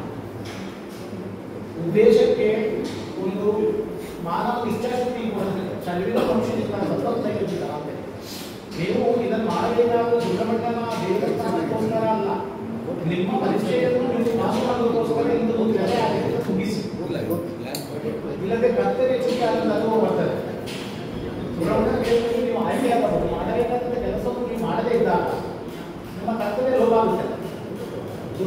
ಸ್ವಯಂ, ಅದಕ್ಕೆ ಯಾವ ದಿಕ್ಕುಗಳು ಇಲ್ಲ, ಅದು ಸ್ವಯಂ ಸೃಷ್ಟಿಸಲ್ಪಟ್ಟದ್ದು. ಅದಕ್ಕೆ ನಾವು ಇಂಥ ದಿಕ್ಕನ್ನು ಕೊಟ್ಟದ್ದು. ದಿಕ್ಕನ್ನು ಕೊಟ್ಟಾಗ ದೇವಾಲಯ ಬದಲಿಗೆ ಬಂದಾಗ ದೇವಾಲಯ ಪೂರ್ಣ ಒಂದು ಕಟ್ಟಡ ಶಿಥಿಲಾವಸ್ಥೆ ಬರುವಾಗ ಆ ಶಿಥಿಲಾವಸ್ಥೆ ನಮಗೆ ಅದರ ಅನುಭವ ಬರ್ತದೆ, ದೇವರಿಗೆ ಅನುಭವ ಅಲ್ಲ. ಅನುಭವ ನಿಮಗೆ ಅನುಭವ ಬರ್ತದೆ, ನಿಮ್ಮ ಪರೀಕ್ಷೆ ನಿಮ್ಮದನ್ನು ಉದ್ದೇಶವನ್ನು ಕೂತ್ಕೊಂಡು ಸಂಬಂಧಪಟ್ಟವರು ಕನ್ವಿನ್ಸ್ ಮಾಡಿ ಕ್ಷೇತ್ರ ಉಗ್ರವನ್ನು ಮಾಡಿದರೆ ಕೀರ್ತಿಯಾಗಿ ಬರ್ತಾರೆ. ಸಾಧ್ಯ ನೋಡಿ, ಇಲ್ಲಿ ಬಾಧಕಾಧಿಪತಿ ರೋಗಾಧಿಪತಿ ಬಳಸುವ ದೃಷ್ಟಿ ಇದೆ. ನಿಮ್ಮ ರಕ್ಷಕರಿಗೆ ರಕ್ತ ಸಂಬಂಧ ರೋಗಗಳ ಸೂಚನೆಗಳು ಅನುಸರಿಸಲು ಇದೆ. ಆದ್ದರಿಂದ ದಯವಿಟ್ಟು ಇದರಲ್ಲಿ ವಿಕಾರ ಮಾಡಿಕೊಳ್ಳಿ. ಕಾಲವರ್ಷ ಉದರ ಕಾಲವರ್ಷಗಳು ಉದರದಲ್ಲಿ ಜಲೋದರ ಮಹಾರೋಗಗಳಿಗೆ ಲಕ್ಷಣಗಳು ಬರುತ್ತವೆ. ವಾತಶ್ಲೇಷ್ಮ ವಿಕಾರ ಬಾಧವಿಹತಿ ಆಪತ್ತಿ ಕಂದಿಶಮ ಈ ಶನಿಪುತ್ರದಲ್ಲಿ ವಾತ ಶ್ಲೇಷ್ಮ ವಿಕಾರ ಬಾಧವಿಹತಿ ಆಪತ್ತಿ ಕಂದಿಶಮ ಎಲ್ಲಿಗೆ ಬರುತ್ತದೆ? ಸೃಷ್ಟಿ ಬಂತು, ರಕ್ಷಕರಿಗೆ ಬಂತು ಶನಿ, ಪಂಚಮಕ್ಕೆ ಬಂತು ಶನಿ, ಏನಾದರೂ ಆಪತ್ತುಗಳು ಕಿರಿಕಿಗಳು ಬಂದು ಆಮೇಲೆ ಇದ್ದಂತ ಪರೀಕ್ಷೆಯನ್ನು ಮುಗಿಸಿದ್ದು. ನಿಮ್ಮ ವಿಚಾರದಲ್ಲಿ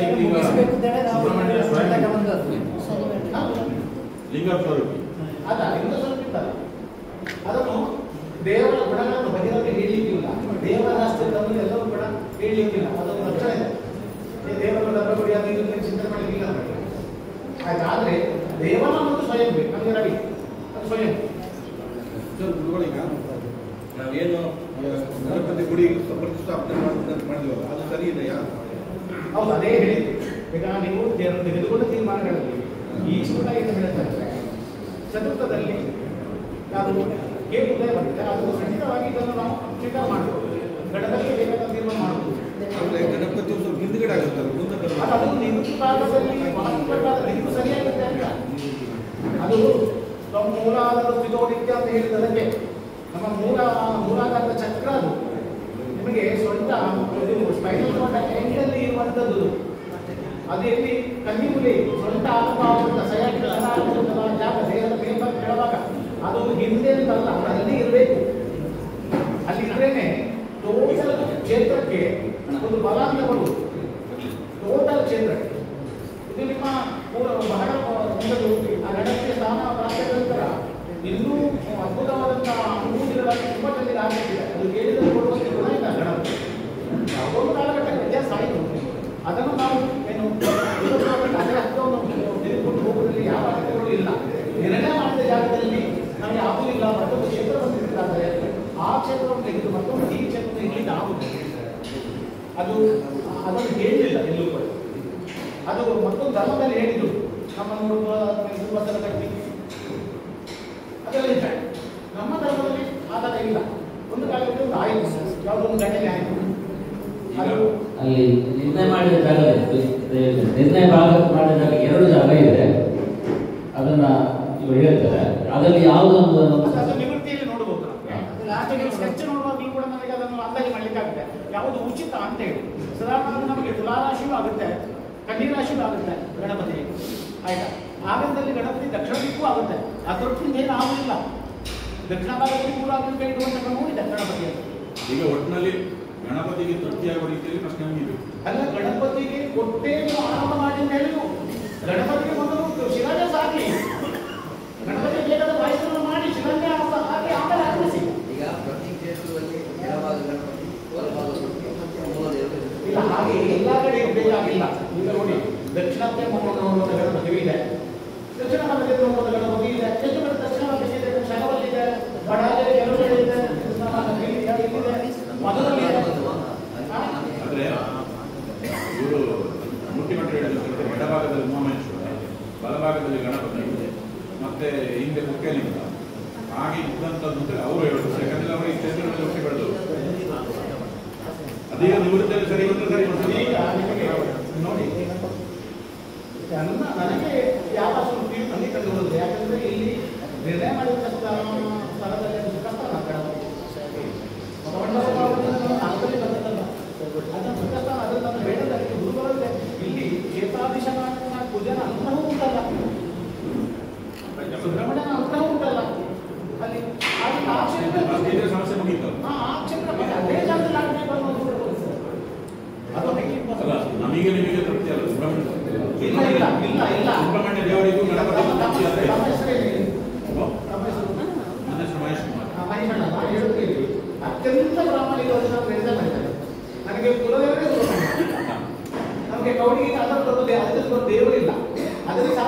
ಹೇಳುದು ಯಾವ ಜ್ಯೋತಿಷಲ್ಲಿ ಯಾವ ಗಣಿತದಲ್ಲಿ ಈ ಭಾವ ಬಂತು ನಾನು ಅದು ಪ್ರತ್ಯಕ್ಷವಾಗಿ ಹೇಳ್ತೇನೆ, ಇದು ತೃಪ್ತಿ ಇದೆ ಆಯ್ತಾ. ಇದರಲ್ಲಿ ಮತ್ತೆ ವಿವಾದ ಮಾಡಲಿಕ್ಕಿಲ್ಲ, ದಯವಿಟ್ಟು ಇದನ್ನು ಮುಗಿಸ್ಕೊಳ್ಳಿ ಆಯ್ತಾ. ವ್ಯವಸ್ಥೆ ಆಗಬೇಕು ಎಲ್ಲ ಏಕ ಮನಸ್ಸಿಂದ ಹೊರಟು. ಆದರೆ ಈಗ ಸ್ವಲ್ಪ ನಮಿಗೂ ಮತ್ತು ನಮಗೆ ದೇವಸ್ಥಾನಕ್ಕೂ ಮತ್ತು ಮಠಕ್ಕೆ ಸ್ವಲ್ಪ ಒಂದು ಏನು ಗಣಪತಿಯ ಯಾವುದು ಸಂಪೂರ್ಣ ನರಸಿಂಹ ಸ್ವಾಮಿಯ ಇದರಲ್ಲಿ ಸ್ವಲ್ಪ ಏನೋ ಅದು ನ್ಯಾಯಾಲಯದಲ್ಲಿ. ಆದರೆ ನಾವು ನ್ಯಾಯಾಲಯದಲ್ಲಿ ಏನೋ ಒಂದು ಕಾನೂನಿನ ತೊಡಕದಲ್ಲಿ ಭಾಗಿಯಾಗಿದೆ. ಈಗ ನಾವು ಹೇಳುವಂಥದ್ದು ನಮ್ಮ ಸುತ್ತುಬವಳಿ ದೇವಸ್ಥಾನದ ಸುತ್ತುಬವಳಿಯನ್ನು ನಾವು ಈಗ ಎಲ್ಲ ಅವರ ಹತ್ರ ಕೂಡ ಒಂದು ಮಾತುಕತೆ ಮಾಡಿ ಯಾಸ್ಪರ ಹೇಗೆ ಉಂಟು ಆ ರೀತಿಯಲ್ಲಿ ಇದು ಮಾಡಿಕೊಂಡು ಮಾಡುವ ಪ್ರೋಗ್ರಾಮ್ ಉಂಟು.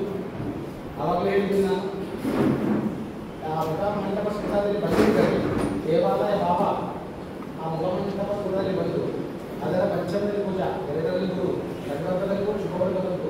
ಆದ್ದರಿಂದ ಗಣಪತಿಗೆ ನಿರ್ಣಯ ಮಾಡಿದ ಜಾಗವು ಮತ್ತೆ ಪೂರ್ತಿ ನೀವು ಹೇಳುವಂಥದ್ದು ಅಮಲಾಂಗವನ್ನು ತೆಗೆದು ಹೊಸ ನಿರ್ಮಾಣ ಮಾಡೋದಕ್ಕೆ ಅವಕಾಶ ಇರ್ತದೆ.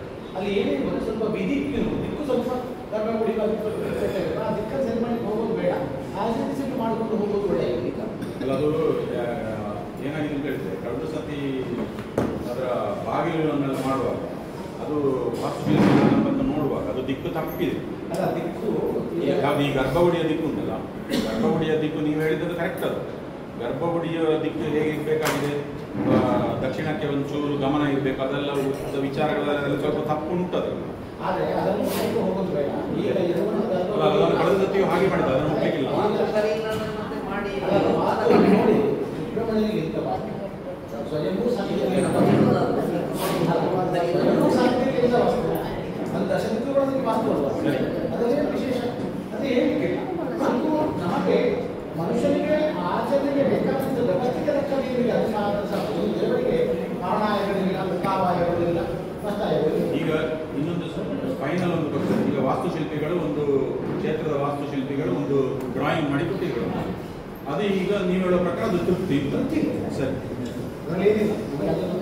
ಈಗ ನೋಡಿ ಶಿಲ್ಪದೋಷ ಶಿಲ್ಪದೋಷ ಇದ್ರೂ ಕೂಡ ಈಗ ಇರುವುದು ದೋಷ ಅಲ್ಲಲ್ಲ, ಈಗ ಇರುವುದು ದೋಷ ನೀವು ಹೇಳಿದ್ದು ಸರಿ ಒಪ್ಪಿಕೊಂಡು. ಈಗ ಮುಂದೆ ನಮಗೆ ನಮ್ಮ ಕ್ಷೇತ್ರದ ವಾಸ್ತುಶಿಲ್ಪಿಗಳು ತೋರಿದ್ದಾರೆ. ಆ ವಾಸ್ತುಶಿಲ್ಪಿಗಳು ಮನೆಗಳ ಪ್ರಸಾದ ಅವರು ಈಗ ಮಾಡಿಕೊಟ್ಟಂತಹ ವಾಸ್ತುವಿನ ಒಂದು ಅದು ಈಗ ತೃಪ್ತಿ ಇದೆ. ಮುಖಮಂಟಪಕ್ಕೆ ಮಾಡಿದಂಥದ್ದು ಗಣಪತಿಗೆ ಮಾಡಿದಂಥ ಜಾಗವು ಎರಡೂ ಕೂಡ ತೃಪ್ತಿ ಇದೆ. ಅದು ಶ್ರೇಷ್ಠ ವೃಷಭರಾಶಿ ಅದೊಂದು ವೃಷಭ ಶ್ರೇಷ್ಠ. ಅಲ್ಲಿ ಯಾವುದೇ ದಿಕ್ಕಲ್ಲಿ ವ್ಯತ್ಯಾಸಗಳಿದ್ರು ಕೂಡ ಶ್ರೇಷ್ಠ ಅಂತಲೇ ಹೇಳ್ತಾರೆ. ಸರಿ, ಅದು ಏನು ತೊಂದರೆಗಳೇನಿಲ್ಲ. ಹಾಗಾದ್ರೆ ಇನ್ನು ಈಗ ಸುತ್ತಗೋಡೆ ವಿಚಾರದಲ್ಲಿ ಈಗ ಒಂದು ಮುಕ್ತಾಯ ಅಂತ ಬಂದಿದೆ ನೋಡಿ. ಹಳೆಯ ಕಥೆಗಳನ್ನು ಈಗ ಇದ್ದವರನ್ನು ಕೂಡ ಒಟ್ಟಿಗೆ ಸೇರಿಸಿಕೊಂಡು ನೀವು ಗಣಪತಿಯ ಸಾನ್ನಿಧ್ಯ ಪ್ರತಿಷ್ಠೆಯನ್ನು ಆರಂಭಿಸಿ ಅದು ಜೊತೆಗೆ ನೀವು ಹೋಗಿ ಗಣಪತಿಗೆ ಒಂದು ಸನ್ಯಾಸವನ್ನು ವಿಧಾನಗಳನ್ನು ಮಾಡಿ ಆಮೇಲೆ ನೀವು ಈ ಕೆಲಸವನ್ನು ಆರಂಭಿಸಿ. ಅದು ಕೆಲಸ ಆರಂಭಿಸಿದ್ರೆ ಇದು ಒಟ್ಟಿಗೆ ನೀವು ಹೇಳುದು ಸುಳ್ಳು ಗಣಪತಿಯನ್ನು ಬಾಲಯಾಗದಲ್ಲಿ ಎಲ್ಲಿದೆ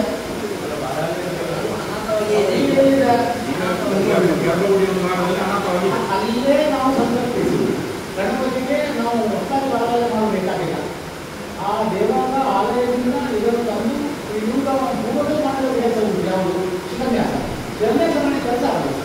ಕೆಲಸ ಆರಂಭಿಸಿದ ನಂತರ ಭೌತಿಕ ಆರಂಭಿಸಿ ಸಮಾಕಾರದಲ್ಲಿ ಆಗಲಿ ಅಲ್ಲ ಅವರಿಗೆ ಆದ ನಂತರ ಗಣಪತಿ ಪ್ರತಿಷ್ಠೆ ಮಾಡಬೇಕು. ಈಗ ಅದರಲ್ಲಿ ಅವರು ಹೇಳಿದ್ದಾರೆ ಎರಡು ಜಾಗಗಳನ್ನು ತೋರಿಸಿದ್ದಾರೆ.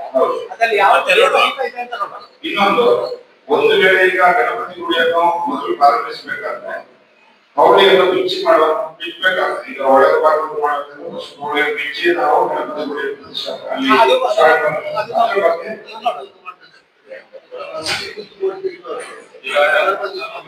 ಇವರ ವಿಚಾರ ಏನಂತಂದ್ರೆ ಗಣಪತಿಯನ್ನು ಹೊರಾಂಗಣದಲ್ಲ ಒಳಾಂಗಣದಲ್ಲಿ ಪ್ರಾಶಸ್ತ್ಯವ. ಈಗ ಅವರು ಹೇಳಿದ್ದು ಹೊರಾಂಗಣದ ಹೇಗೆ ಶಿಫ್ಟ್ ಮಾಡುವ ಅಲ್ಲ, ಅದೀಗ ಅದು ಎಲ್ಲಿದೆ ಸರ್ ತೋರಿಸಿ.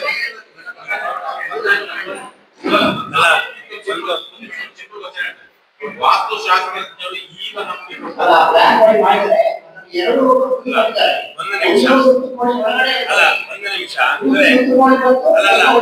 ಒಂದು ನಿಮಿಷ ನಾನು ಹೇಳದ್ ಕೇಳಿ. ಆ ಪ್ಲಾನ್ ಅನ್ನು ನಾವು ನೋಡಿಕೊಂಡು ಅದರಲ್ಲಿ ಎರಡೂ ಕೂಡ ನೋಡಿಕೊಂಡು ಯಾವುದು ದೇವರಿಗೆ ಹಿತ ಅಂತ ರಾಶಿ ಇರುವ ಮತ್ತೆ ನಿರ್ಣಯಕ್ಕೆ ಬರುವ. ನಾವು ಮತ್ತೆ ಮನದಲ್ಲಿ ಗೊಂದಲ ಮಾಡಿಕೊಳ್ಳೋದು ಬೇಡ. ಈಗ ಈ ಸುತ್ತಗೋಡಿಯ ವಿಚಾರ ಮುಕ್ತಾಯ ಆಗುವ ಮೊದಲು ಈಗ ಅಲ್ಲಿ ಉಮಾಮಹೇಶ್ವರ ದೇವರಿದ್ದಾರೆ, ಮುತ್ತಲಿಂಗ ದೇವರಿದ್ದಾರೆ, ಕಾಳಭೈರವ ದೇವರಿದ್ದಾರೆ. ಎಲ್ಲರೂ ಒಂದು ವ್ಯವಸ್ಥಿತವಾದ ರೀತಿಯಲ್ಲಿ ಇದೆಯಾ? ಪೂಜೆ ಪುನಸ್ಕಾರಗಳು ಸರಿಯಾದ ರೀತಿಯಲ್ಲಿ ನಡೀತಾ ಉಂಟಾ? ಅದರ ಬಗ್ಗೆ ನೀವೇನ್ ಹೇಳ್ತೀವಿ? ನೋಡುವ ಅಲ್ಲ, ಅದು ನಾವು ವಿಮರ್ಶೆ ಮಾಡ್ತಾ ಹೋಗುವ. ಒಂದೊಂದೇ ನಾವು ಭಾವವನ್ನು ನೋಡ್ತಾ ಹೋಗುವಾಗ ನಮ್ಗೆ ನಮ್ದೀಗ ಸುತ್ತಗೋಡಿ ಮುಗಿದ ನಂತರ ನಾವು ಇನ್ನೊಂದು ಕಾಶಿಘಟ್ಟೆ ಮತ್ತೊಂದು ಇಲ್ಲಿ ವಿಧಿ. ಈಗ ಸುತ್ತಗೋಡಿ ಮುಗಿಯಿತು ಎಲ್ಲ ದೇವರು ಈಗ ಅದು ಮುಖ್ಯ ಅಂತ ಹೇಳಿದ್ರೆ ನಮ್ಗೆ ಸುಬ್ರಹ್ಮಣ್ಯ ದೇವರಿಗೆ ಪೂಜೆ ಪುರಸ್ಕಾರ, ಉಮಾಮಹೇಶ್ವರ ದೇವರಿಗೆ ಎಲ್ಲ ಒಂದು ತೃಪ್ತಿ ಇದೆ. ನಾವು ಯಾವಾಗಲೂ ಪ್ರಶ್ನೆ ಕೇಳುವಾಗ ಸೂರ್ಯ ಕೇಳುವಂತ ದೇವರಿಗೆ ತೃಪ್ತಿ ಉಂಟಾ? ಈ ವಿಷಯದಲ್ಲಿ ತೃಪ್ತಿ ಇದೆ ನಮಗೆ. ಯಾವುದು ದೇವರಕ ಭಾವದಿಂದ ಗುರು ಇರ್ತದಲ್ಲ, ಅದರಿಂದ ದೇವ ಪೂಜಾ ಕರ್ಮಾದಿಗಳಲ್ಲಿ ಶ್ರದ್ಧೆಯಿಂದ ಮಾಡುವಂತ ಕೆಲಸ ಕಾಣ್ತದೆ. ಅದರಿಂದ ನಮ್ಗೆ ಅತೃಪ್ತಿಯಲ್ಲಿ ಕಾಣುವುದಿಲ್ಲ. ಈ ವಿಷಯದಲ್ಲಿ ಅದೇನು ಅತೃಪ್ತಿ ಇಲ್ಲ. ಆಯ್ತು, ನೈವೇದ್ಯಗಳು ಸ್ವಲ್ಪ ಏನಾದ್ರು ಬೇಕಾಗಬೇಕು ಅಂತಿದ್ರೆ ಸ್ವಲ್ಪ ಅದನ್ನು ಪೂರ್ವಪ್ರಶ್ನೆ ಚಿಂತಿಸಿರ್ಬೋದು. ನೀವು ಹೇಳಿದ ವಿಷಯದಲ್ಲಿ ಕಾಲಭೈರವ ಅಂತ ಹೇಳಿ ಹೇಳ್ತಾ ಇದ್ದೀವಿ ಅಲ್ವಾ? ಅಲ್ಲ ಅಲ್ಲ ಅಲ್ಲ ಅಲ್ಲ ನೋಡುವ ನೋಡುವ ಈಗ ಎರಡನೇ ಭಾವ ಒಂದು ರಕ್ಷಕ ಸ್ಥಾನದಲ್ಲಿ ಇರುವಂತಹ ಒಂದು ಸಾನ್ನಿಧ್ಯ, ಅದು ಅಂಗಾರಕ. ಈ ಅಂಗಾರಕ ನಮಗೆ ಆರೂಢಕ್ಕೆ ಪ್ರಧಾನ ಬಾಧಕಾಧಿಪತಿಯಾಗಿರುವಂತಹ ಗ್ರಹ ಅಲ್ವಾ? ಬಾಧಕೇಶ್ವರ ಯುಕ್ತೋವ ದೃಷ್ಟೋವ ಎಲ್ಲಿ ವಾಕ್ಪತಿ ತರಹಿರೋಗಂ ಮದೇಂದ್ರನಾಂ ಚಿತ್ವಾ ದೋಷ ಸಮುದ್ಭವಂ ಅಲ್ವಾ? ಒಂದು ಷಷ್ಠದಲ್ಲಿ ಒಂದು ಅವಕಾಶಿಯಾಗಿರುವಂತಹ ಕುಜ ಪಾದಕಾಧಿಪತ್ಯವನ್ನು ವಹಿಸಿಕೊಂಡು ಎರಡನೇ ಭಾವದಲ್ಲಿ ವಾಕ್ಸ್ಥಾನದಲ್ಲಿ ಇರುವುದರಿಂದ ಏನೋ ಒಂದು ವಾಕ್ಯನಲ್ಲಿ, ಒಂದು ಕಲಹದಲ್ಲಿ, ಒಂದು ವಾಕ್ಯನಲ್ಲಿ ಬಂದಂತಹ ಒಂದು ಸಾನ್ನಿಧ್ಯ, ಅದು ಈ ಅಂಗಾರಕನಲ್ಲಿ ಚಿಂತಿಸುವಂತಹ ಈ ಕಾಲಭೈರವ ಎನ್ನುವಂತಹ ಒಂದು ಸಾನ್ನಿಧ್ಯ ಆಗಬಹುದು. ಯಾಕಂದ್ರೆ ಇವತ್ತು ಆ ವಾಕ್ಯದಲ್ಲಿ ಹಾಗೆ ಉಂಟು. ಯಾಕೆ ಅಂತ ಕೇಳಿದ್ರೆ ಈ ಕಾಲಭೈರವನ್ನ ನಾವು ಏನು ಆರಾಧನೆ ಮಾಡ್ತಾ ಇದ್ದೇವೆ, ಈ ಆರಾಧನೆಯ ಒಂದು ಐತಿಹ್ಯ ನೋಡುವಾಗ ಯಾವುದೋ ಒಂದು ವ್ಯವಸ್ಥೆಯಲ್ಲಿ, ವಾಕ್ಯದಲ್ಲಿ, ಕಲಹದಲ್ಲಿ ಪ್ರವಗಾಚಕನ್ಯ ಅಲ್ವಾ, ಇನ್ನೊಂದು ಯಾವುದೋ ಒಂದು ಕಡೆಯಿಂದ ಬಂದ ಒಂದು ಇತಿಹಾಸ ಏನಾದ್ರೂ ಉಂಟಾ ಈ ಕಾಲಭೈರವನಿಗೆ? ನಿಮಗೆ ಗೊತ್ತಿದ್ದದ್ದು ಏನಾದ್ರೂ ಇತಿಹಾಸ ಇದ್ರೆ ಹೇಳಿ. ಈಗ ಒಂದು ಕಾಲಭೈರವ ಯಾವುದೋ ಒಂದು ಕಡೆಯಿಂದ ಬಂದದ್ದು, ಒಂದು ವಾಕ್ಯದಲ್ಲಿ ಬಂದದ್ದು, ವಾಕ್ಯದೋಷದಲ್ಲಿ ಬಂದದ್ದು, ಕಲಹದಲ್ಲಿ ಬಂದದ್ದು. ಬಹಳ ಪರಿವಾರ ಅಲ್ಲ, ಹೌದು, ಪರಿವಾರ ಪಟ್ಟಿಯಲ್ಲಿ ಉಂಟು, ಪರಿವಾರ ಪಟ್ಟಿಯಲ್ಲಿ ಸೇರಿಕೊಂಡಿದೆ. ಆದ್ರೆ ಸೇರಿಕೊಳ್ಳಿಕ್ಕಿರುವಂತಹ ಐತಿಹ್ಯ ನಾವಿಲ್ಲಿ ವಿಮರ್ಶೆ ಮಾಡುವುದೇನು ಹೇಳಿದ್ರೆ, ಏನೋ ಒಂದು ಕಡೆಯಿಂದ ಬಾಧಕಾಧಿಪತಿಯಾಗಿ ವಾಕ್ಸ್ಥಾನದಲ್ಲಿ ಕುಜ ಬಂದ್ರೆ ಒಂದು ವಾಕ್ದೋಷ ಅಂತ ಹೇಳ್ಬೇಕು. ವಾಕ್ದೋಷವನ್ನು ತೋರಿಸಿಕೊಡುವಂತಹ ಗ್ರಹ ಯಾರು ಕೇಳಿದ್ರೆ ಕುಜ ಅಲ್ವಾ? ಚತುರ್ಥಪತಿಯಾಗಿ ಇವತ್ತು ನಮ್ಮ ಪರಿವಾರ ಸಾನ್ನಿಧ್ಯವಾಗಿರತಕ್ಕಂತಹ ಸಾನ್ನಿಧ್ಯವೇ ಹೌದದು. ಅಂತ ಒಂದು ಹಾಗೆ ಒಂದು ಐತಿಹ್ಯ ಏನಾದ್ರು ಇದ್ರೆ ನಿಮ್ಗೆ ಗೊತ್ತಿದ್ರೆ ಹೇಳಿ.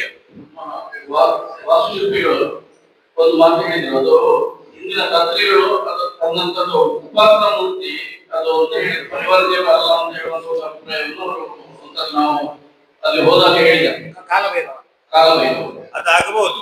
ಯಾಕಂದ್ರೆ ನೋಡಿ ಅಲ್ಲ, ಈ ಅಂಗಾರಕನಿಗೆ ತಂತ್ರಿ ಸ್ಥಾನದಲ್ಲಿ ಒಂದು ಖಡ್ಗಿಸ್ಥ ಪರದೇವತಾ ಭಗವತಿ ವಾಕೃಷ್ಟ ಚಾಮುಂಡಿ ಹೆಸರಕ್ಕಿಂತ ಬಂದಾಗ ತಂತ್ರಿ ಸ್ಥಾನದಲ್ಲಿ ಅಂಗಾರಕನಿಗೆ ಒಂದು ಅಂಶಕ ಇರುವುದರಿಂದ ತಂತ್ರದ ಸಂಬಂಧಪಟ್ಟ ತಂತ್ರಿಗಳಿಗೆ ಸಂಬಂಧಪಟ್ಟು ಆ ಪರಂಪರೆ ಅಂದ್ರೆ ಅವರು ಏನಾದ್ರೂ ಇಲ್ಲಿಂದ ಒಂದು ಬೇಸರಿಸಿಕೊಂಡು ಹೋದಾಗ ಹಾಗೇನಾದ್ರೂ ಸಮಯದಲ್ಲಿ ಕಲಹದಲ್ಲಿ ಬಂದ ಸಾನ್ನಿಧ್ಯವೇ ಮತ್ತೆ ಇಲ್ಲಿ ಅದಕ್ಕೆ ಸ್ಥಾನ ಕೊಟ್ಟು ಅದರಲ್ಲಿರುವ ದೋಷಗಳು ಬಂಧನಾದಿಗಳನ್ನೆಲ್ಲ ಪರಿಹಾರ ಮಾಡಿ ಅದಕ್ಕೆ ಇಲ್ಲಿ ಶಶಿ ಸೌರಾಭ್ಯಾಂ ದೃಷ್ಟಿ ಬಂಧನವಿಹ ವಾಚ್ಯಂ ದೇಶ ಅಂತ ಬಂದಾಗ ಒಂದು ಶನಿಯ ದೃಷ್ಟಿ ಆ ಕುಜನಿಗೆ ಬಂದು ಷಷ್ಠಾಧಿಪತಿಯಾಗಿರತಕ್ಕಂತಹ ಶನಿಯ ದೃಷ್ಟಿ ಇರುವುದರಿಂದ ಅಲ್ವಾ, ಭಾವದಲ್ಲಿ ಅದು ಪ್ರಬಲವಾದ ಶಾಪದಿಂದ ಬಂಧನದಲ್ಲಿ ಬಂದಿರುವಂತಹ ಒಂದು ಸಾನ್ನಿಧ್ಯವನ್ನು ಇಲ್ಲಿ ಅದಕ್ಕೆ ಸ್ಥಾನ ಕೊಟ್ಟು ಆರಾಧನೆ ಮಾಡಿಕೊಂಡು ಬಂದಂತ ಲಕ್ಷಣ.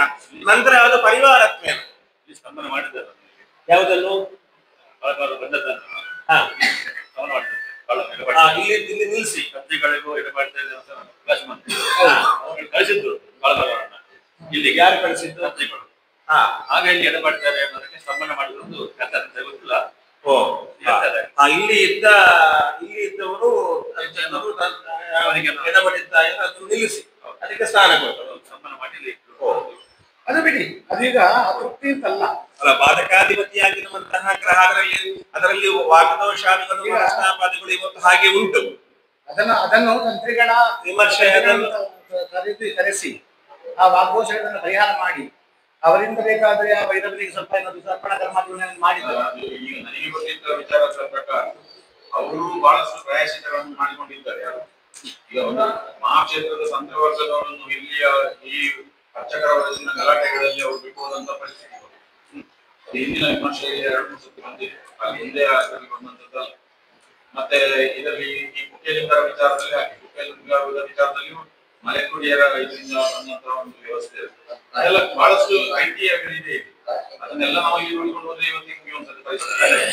ಆದ್ರೆ ಒಂದೊಂದು ವಿಚಾರಗಳಿಗೆ ಒಂದೊಂದು ಇದಿದೆ. ಯಾಕಂದ್ರೆ ಗಣಪತಿ ಇವರು ಅರ್ಚಕರು ಹೇಳಿದ ವಿಚಾರದಲ್ಲಿ ಸರಿ, ಅವ್ರದ್ದು ತಂತ್ರಿ ವರ್ಗಕ್ಕೆ ಕಲಾದಂತೂ ವಿಚಾರಗಳು ದಾಖಲೆಗಳಲ್ಲಿ ಇದೆ. ಅವರವರು ಇದನ್ನು ಮುನಿಸಿಕೊಂಡಿಲ್ಲಿಂದ ಹೋದಂತಹ ವಿಚಾರಗಳು ಈಗ ನೀವು ಪ್ರಶ್ನೆಯಲ್ಲಿ ಹೇಳಿದ್ದು ಸರಿಯದು. ಯಾವ್ದಾಗಿ ಯಾವ ನಮ್ಮ ಇತಿಹಾಸದಲ್ಲಿ ಬರೆದಂತದ್ದು ಅದು ಟ್ಯಾಲಿ ಆಗ್ತದೆ. ಸೊ ಅದೆಲ್ಲ ನಾವು ಯಾಕೆ ಹೇಳಿದ್ರೆ ಇತಿಹಾಸದಲ್ಲಿ ಬರೆದದೆಲ್ಲ ಸತ್ಯ ಇರಬೇಕು ಅಂತ ಏನಿಲ್ಲ. ಆದ್ರೆ ಇಲ್ಲಿವರೆಗೆ ಒಂದು ಪುರಾವೆಗಳು ಸಿಕ್ಕಿದ್ರೆ ನಾವು ಅದನ್ನು ಒಪ್ಪಿಕೊಳ್ಬೇಕು. ಸೊ ಆದ ಕಾರಣ ನೀವು ಹೇಳಿದಂತದ್ದು ನನಗೆ ಒಂದು ದಕ್ಷಿಣ ಭಾಗದಿಂದಲೇ ಬಂದದ್ದು. ಎಡವ ಕನ್ಯಾ ಮಕ್ಕಳ ದಕ್ಷಿಣ ಭಾಗವೂ ಕೂಡ ಸರಿ ದಕ್ಷಿಣ ಭಾಗದಿಂದ ಬಂದ. ಅವರ ಆರಾಧ್ಯ ದೇವರು ಸುಬ್ರಹ್ಮಣ್ಯನೇ. ಈ 60 ಮನೆತನದವರು ಅವರ ಆರಾಧನೆಯು ಸುಬ್ರಹ್ಮಣ್ಯ. ತಂತ್ರ ಭಾವದಲ್ಲಿ ಪೂಜೆ ಅಂಶಕ ಕೂಡ ಇದೆ ಅಲ್ಲ. ಉಂಟು. ನಿತ್ಯ ನೈವೇದ್ಯ ಪೂಜೆ ಮಾಡಬೇಕಲ್ಲ ಯಾವುದಕ್ಕೆ? ಅದೇ ಆ ನೈವೇದ್ಯವನ್ನು ಸಿದ್ಧಿಸಿಕೊಳ್ಳಿ ಅಂತ ಹೇಳಿದ್ರು ನಾನು. ಈಗ ಇಲ್ಲಿ ಏನಂದ್ರೆ, ಈಗ ನೋಡಿ ದೇವತಾ ಸಾನ್ನಿಧ್ಯಗಳ ಸ್ಥಾನದಲ್ಲಿ ಅತೃಪ್ತಿ ಏನಿಲ್ಲ, ಪೂಜೆಗಳು ಸರಿ ಇದೆ, ನೈವೇದ್ಯ ಲೋಪ ಉಂಟು ಅಂತ ನಾನು ಕೂಡ ಹೇಳಿದ್ದಾರೆ. ಆ ನೈವೇದ್ಯವನ್ನು ಸ್ವಲ್ಪ ಸರಿ ಮಾಡ್ಬೇಕಷ್ಟೇ. ನೈವೇದ್ಯ ಲೋಕಗಳು ಕಳೆದ ಸಂದೇಶವನ್ನು ಇಟ್ಟಿದ್ದು ಅದರ ನಂತರ ದೇವರ ಪರಿವಾರ ದೇವರುಗಳಿಗೆ ಎಲ್ಲ ನೈವೇದ್ಯಗಳು ಕ್ರಮ ಪ್ರಕಾರ ಆಗ್ತದೆ ಅಂತ ಶಾಸ್ತ್ರದಲ್ಲಿ ಹೇಳುವಂಥದ್ದು. ಈಗ ಒಂದೊಂದು ನಿತ್ಯ ನೈವೇದ್ಯಗಳು ತಂತ್ರಿಗಳು ಕೊಡ್ತಾರೆ, ಆ ಕೊಟ್ಟ ಪ್ರಕಾರವೇ ಆಗ್ತದೆ ಅಲ್ವಾ? ಹಾಗೆ ಈಗ ಪ್ರಧಾನ ದೇವರಿಗೆ ಎಷ್ಟು ಸೇರು ಹಾಕಿ ನೈವೇದ್ಯ ಅಂತ ಹೇಳಿದ್ರೆ ಉಪದೇವರಿಗೆ ಇಷ್ಟು ಕಾವು ಕೊಡ್ತೆಯ ಇನ್ನೊಂದು ವಿಚಾರದಲ್ಲಿ ನೈವೇದ್ಯ ಆಗ್ಬೇಕಾದ್ರೆ ಸರಿ. ಆದ್ರೆ ಈ ಹಿಂದಿನ ಪ್ರಶ್ನೆಯಲ್ಲಿ ಅಕ್ಕಿ ನೈವೇದ್ಯ ಮಾಡ್ತಾ ಇದ್ರು. ಅದನ್ನು ಮತ್ತೆ ಸರಿಪಡಿಸಿ ನಾವು ಯಾರ ಹತ್ರ ಹೆಬ್ಬಾರಗಳ ಹತ್ರ ಹೇಳಿ ಅದಕ್ಕೆಲ್ಲದಕ್ಕೂ ಅನ್ನ ನೈವೇದ್ಯ ಮಾಡುವಂತ ಒಂದು ವ್ಯವಸ್ಥೆ ಮಾಡಿ ಇತ್ತು. ಮತ್ತೆ ಕೆಲವೊಂದು ವಿಚಾರದಲ್ಲಿ ಅಲ್ಲಿ ಚಂದ್ರಮೌಳೀಶ್ವರ ದೇವರಿಗೂ ಸಹ ಅಕ್ಕಿ ನೈವೇದ್ಯ ಆಗ್ತದೆ. ಅಕ್ಕಿ ನೈವೇದ್ಯ ಮಾಡೋ ಕ್ರಮ ಇಲ್ಲ, ಅನ್ನ ನೈವೇದ್ಯ ಮಾಡಬೇಕು ಅಂತ ಹೇಳುವ ಒಂದು ವಿಚಾರ. ಅದಕ್ಕೆ ಕೆಲವರು ಹೇಳಿದಲ್ಲಿ ಬಾವಿ ಇಲ್ಲ ಶುದ್ಧಕ್ಕೆ ಅಂತ, ಬಾವಿ ಇದ್ದಲ್ಲಿ ಮಾತ್ರ ಮಾಡಬಹುದು. ಆದ್ರೆ ಅದರ ಬಗ್ಗೆ ಜಿಜ್ಞಾಸೆಗಳಿದೆ ಇನ್ನು ಸಹ. ಈಗ ದೇವರಿಗೆ ಪ್ರಧಾನ ದೇವರಿಗೆ ಅನ್ನ ನೈವೇದ್ಯ ಆಗುವಾಗ ಉಪದೇವರಿಗೆ ಅಕ್ಕಿ ನೈವೇದ್ಯ ಆಗ್ತದ ಅಂತ. ಅಕ್ಕಿ ನೈವೇದ್ಯ ಅಂತ ಮಾಡ್ಲಿಕ್ಕೆ ಇಲ್ವೇ ಇಲ್ಲ. ಇಲ್ಲಿ ಮಾಡುದು ಏನು ಹೇಳಿದ್ರೆ ಒಂದು ನೈವೇದ್ಯಕ್ಕೆ ಊದುಬತ್ತಿಯಿಂದ ಅಡಿಯಿಂದ ಈಗ ಇರುವಂತದ್ದು ನಾನು ನೋಡಿದ್ದೇನೆ. ಈ ಅಕ್ಕಿಯ ಪಾತ್ರಕ್ಕೆ ಅಡಿಯಿಂದ ಹಿಡಿಯುವುದು ಅದನ್ನ ಆಯ್ತು ಅಂತ ದೇವರು ತಿಳ್ಕೊಳ್ಬೇಕು. ಅದು ಮಾಡಬಾರ್ದಲ್ಲ. ಹಾಗಲ್ಲ. ಈಗ ನೋಡಿ ನನ್ನ ವಿಚಾರ ಅಂತ ಹೇಳಿದ್ರೆ ನೀವು ನನ್ನ ತಪ್ಪನ್ನು ನೀವು ತಪ್ಪು ಅಂತ ಹೇಳಿದ್ರೆ ನಾನು ಒಪ್ಪಿಕೊಳ್ಳಿಕ್ಕೆ ತಯಾರಿದ್ದೇನೆ. ನೀವು ಹೇಳಿದ ಮಾತು ತಪ್ಪು ಅಂತ ಹೇಳಿದ್ರೆ ನಾನು ತಪ್ಪು ಅಂತ ಹೇಳಿ ಸಮಕ್ಷ ಒಪ್ಪಿಕೊಳ್ಳಿಕ್ಕೆ ತಯಾರಿದ್ದೇನೆ. ಯಾವತ್ತಲ್ಲ ನಾವು ತಪ್ಪು ಮಾಡಿದ್ದನ್ನು ತಪ್ಪು ಒಪ್ಪಿಕೊಂಡ್ರೆ ಮಾತ್ರ ಇದು ಮುಂದಕ್ಕೆ ಹೋಗ್ತದೆ. ಯಾಕೆಂತ ಹೇಳಿದ್ರೆ ಒಂದು ಸ್ವಲ್ಪ ಸಮಯ ಅನ್ನ ನೈವೇದ್ಯ ಆಗ್ತಾ ಇತ್ತು, ಮತ್ತೆ ವಾಪಸ್ ಈಗ ಅಕ್ಕಿ ನೈವೇದ್ಯ ಆಗ್ತದೆ. ಅಲ್ಲ ಯಾರು ಅದಕ್ಕೆ ಈಗ ಅಲ್ಲ ಅದನ್ನ ಈಗ ನೈವೇದ್ಯ ಮಾಡುವವರೇ ಹೇಳ್ಬೇಕು. ಈಗ ನೈವೇದ್ಯ ಮಾಡುವವರು ಯಾರು ನೋಡಿ, ನೈವೇದ್ಯ ಪಾತ್ರ ಇಲ್ಲ ಅಂತ ಹೇಳಿದ್ರು ಯಾರು. ಅದೇ ದಿವಸ ನಾನು ಪುತ್ತೂರಿಂದ ಪಾತ್ರ ಎಲ್ಲ ತರಿಸಿಕೊಟ್ಟು ನಿಮ್ಗೆ ಎಷ್ಟು ಪಾತ್ರ ಬೇಕು ಮಾರೆ.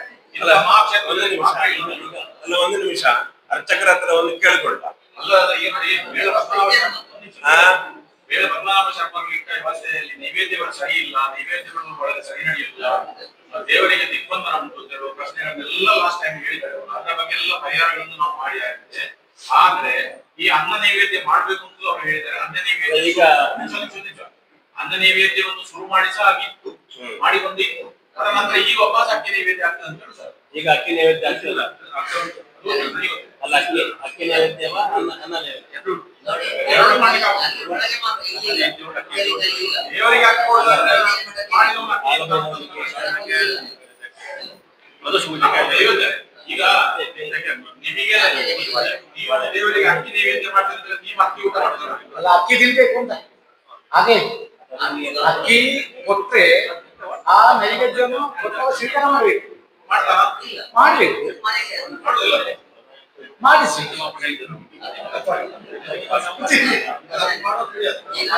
ಅಲ್ಲ ಒಂದು ಹಂತದಲ್ಲಿ ಅಷ್ಟಮಂಗಲದಲ್ಲಿ ಚಿಂತನೆ ಆಗಿ ಅದು ಸರಿಪಡಿಸಿದಂತ ವಿಚಾರ ಸರಿಪಡಿಸಿದಂತ ವಿಚಾರ ಅಲ್ಲ ಅಲ್ಲ ಹಾಗಲ್ಲ ಅಲ್ಲ ಸರಿ ಮಾಡುವ ನೀವು ಹೇಳಿದ ವಿಷಯ ಸರಿ. ಅಕ್ಕಿ ದೇವರಿಗೆ ನೈವೇದ್ಯ ಮಾಡುವಂತಹದ್ದು ಶಾಸ್ತ್ರ ಅಲ್ಲ. ಅದು ಅನ್ನವನ್ನೇ ನೈವೇದ್ಯ ಮಾಡಬೇಕು. ಯಾವುದೋ ಒಂದು ವ್ಯವಸ್ಥೆಯಿಂದ ಆ ರೀತಿಯಾಗಿ ಬಂದಿದೆ. ಅದಕ್ಕೆ ಏನು ಕೊರತೆ ಅಂತ ನಾವು ಅರ್ಚಕರ ಹತ್ರ ಮಾತಾಡುವ. ಅದಕ್ಕೆ ಬೇಕಾಗಿರುವಂತಹ ಕೊರತೆಯನ್ನು ನಾವು ಆಡಳಿತ ವರ್ಗದವರು ಇಟ್ಟುಕೊಂಡು ನೀಗಿಸಿಕೊಳ್ಳುವ, ಇದನ್ನು ಸರಿ ಮಾಡಿಕೊಳ್ಳುವ. ನಾನು ಇನ್ನೊಂದು ಪ್ರಶ್ನೆ ಕೇಳಿದೆ ಅಷ್ಟೇ ವಿಷಯ. ನೋಡಿ, ಸುಬ್ರಹ್ಮಣ್ಯ ಅಂತ ಹೇಳೋದು ಮಹಾಕ್ಷೇತ್ರದಲ್ಲಿ ಯಾವುದಕ್ಕೂ ಕೊರತೆ ಇಲ್ಲ. ಒಂದು ಹಂತದಲ್ಲಿ ಎಲ್ಲವೂ ಸರಿಪಡಿಸಿ ಆಗಿದ್ದದ್ದನ್ನು ಮತ್ತೆ ವಾಪಸ್ ಯಾಕೆ ಮೂಲದಲ್ಲಿ ಅಕ್ಕಿ ನೈವೇದ್ಯ ಕೊಟ್ಟು ಈಗ ಅಕ್ಕಿ ನೈವೇದ್ಯ ಮಾಡುವುದಕ್ಕೆ ಸಹ ಈಗ ನಾನು ದೇವರಿಗೆ ಅಕ್ಕಿ ನೈವೇದ್ಯ ಮಾಡ್ತೇನೆ, ನಾನು ಅದನ್ನ ಅಕ್ಕಿಯನ್ನೇ ಊಟ ಮಾಡ್ತೇನೆ. ನೀವು ಮಾಡ್ತೀರಾ? ನಾನು ಮಾಡ್ಬೇಕು. ನಾನು ಮಾಡಿದ್ರೆ ನಾನು ಅಕ್ಕಿ ನೈವೇದ್ಯ ಮಾಡ್ಬೇಕು. ಈಗ ಅರ್ಚಕರು ಅಂತ ಹೇಳುದು ನಾನು ಹೇಳುದು ಒಂದು ಗರ್ಭಗುಡಿಯಲ್ಲಿ ಪ್ರಧಾನ ದೇವರುಗಳಿಂದ ನಂತರ ತಂತ್ರಿಗಳಿಂದ ನಂತರ ಪ್ರಧಾನ ಸ್ಥಾನ ಅರ್ಚಕರಿಗೆ ಬಂತು. ಆ ಅರ್ಚಕ ಸ್ಥಾನದ ಗೌರವವನ್ನು ಉಳಿಸಿಕೊಳ್ಬೇಕು ಬೇಡವಾ? ನೀವು ದೈವಜ್ಞರು, ನೀವು ಪ್ರಶ್ನೆಯಲ್ಲಿ ನೋಡಿದ್ದನ್ನು ಬಿಟ್ಟು ಬೇರೆ ಬೇರೆ ಏನಾದ್ರು ಕಟ್ಟುಕಟ್ಟೆ ಹೇಳಿದ್ರೆ ನಾಳೆ ನಿಮಗೆ ಅದರ ಫಲ ಸಿಕ್ಕುವುದಿಲ್ಲ. ಅದೇ ರೀತಿ ನಾನು ಹೇಳ್ತಾ ಇರುವಂತ ಯಾವತ್ತು ನಾವು ನಮ್ಮ ಶಾಸ್ತ್ರಕ್ಕೆ ಅನುಗುಣವಾಗಿ ನಡೀಬೇಕು. ಒಂದು ಶಾಸ್ತ್ರ ಅಂತ ಮಾಡಿದ ನಂತರ ಶಾಸ್ತ್ರಕ್ಕೆ ವಿರುದ್ಧವಾಗಿ ಹೋಗುದು ಯಾಕೆ? ಒಮ್ಮೆ ಸರಿಪಡಿಸಿದ್ದನ್ನು ಮತ್ತೆ ವಾಪಸ್ ಯಾಕೆ ಮಾಡಿದ್ರು? ಅದು ಅದನ್ನು ಅದನ್ನು ಸರಿಪಡಿಸುವ ನೋಡಿ. ಅಲ್ಲ ಇದು ವ್ಯವಸ್ಥೆ ನೀವು ಅರವಿಂದ ಸುಖಗೊಂಡು ಇವತ್ತು ಬಂದು ನಾಳೆ ಹೋಗ್ತೀರಿ, ಇವರು ವಾಪಸ್ ಇದನ್ನೇ ತಪ್ಪನ್ನೇ ಮಾಡುವುದು ಸರಿ. ಯಾಕೆ ತಪ್ಪು ಮಾಡುವುದು ನಾವು ಪ್ರಶ್ನೆ ಕೇಳುದು. ಗೊತ್ತಿದ್ದು ತಪ್ಪು ಮಾಡುದು ಯಾಕೆ? ಅನುಷ್ಠಾನ ಮಾಡಬೇಕು, ಅದನ್ನು ನೋಡ್ಕೊಳ್ಳೋ ನಾವು ನೋಡ್ಕೊಳ್ಳೋದು. ಈಗ ನಾಗೇಶ್ ಹೇಳಿದಾಗ ಅಲ್ಲಿ ಅರ್ಚಕರಲ್ಲ, ಅಲ್ಲಿ ಹೆಬ್ಬಾರಿ ಸ್ಥಾನ ಇದ್ದ ಅವರು ಯಾರು ತಗೊಂಡಾಗ್ತಾರೆ. ಹೆಬ್ಬಾರ ಅಂತ ಹೇಳುವುದಲ್ಲ, ಹಿಂದಿನ ಕಾಲದಲ್ಲಿ ಸಾಹಿತ್ಯ ಪುಸ್ತಕ ಓದಿದಲ್ಲಿ ಹೆಬ್ಬಾರ ಅಂತ ಹೇಳಿದ್ರೆ ಒಂದು ಜಾತಿ ಅಲ್ಲ, ಅದೊಂದು ಹುದ್ದೆ. ಶಾನುಭೋಗ ಅಂತ ಹೇಳಿದ್ರೆ ಅದೊಂದು ಹುದ್ದೆ. ಅರ್ಚಕರು ಮಾಡೋದಲ್ಲ, ಅವರ ಹೇಳಿಕೆ ಇಬ್ಬರಿಂದಾಗಿ ಒಂದೊಂದು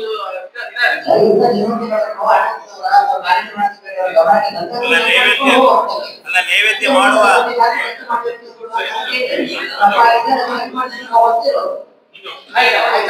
ಅದು ಇನ್ನು ನಮ್ಗೆ ಗಣಪತಿ ವಿಚಾರದಿಂದ ಯಾವುದು ನಮ್ಮ ಕಾಶಿಗಟ್ಟೆ ಬಟ್ಟೆ ಇನ್ನೊಂದು ವಿಚಾರ ನೆಕ್ಸ್ಟ್ ವಿಚಾರ ಕಾಶಿಗಟ್ಟೆ ಗಣಪತಿ ಹೊಂದಿದೆ.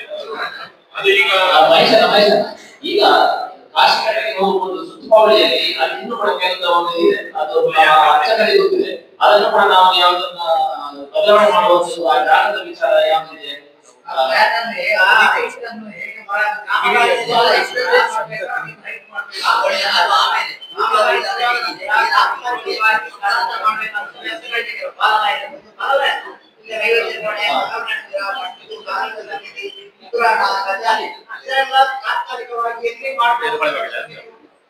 ಅದು ಬಿಚ್ಚುವಾಗ ಬೇರೆ ವ್ಯವಸ್ಥೆ ಮಾಡ್ಬೇಕು. ಈಗ ಅಲ್ಲ ಹೌದು ಅಲ್ಲ ನೋಡುವ ಅಲ್ಲ ಒಂದು ವಿಷಯ ಈಗ ಈಗ ನೋಡಿ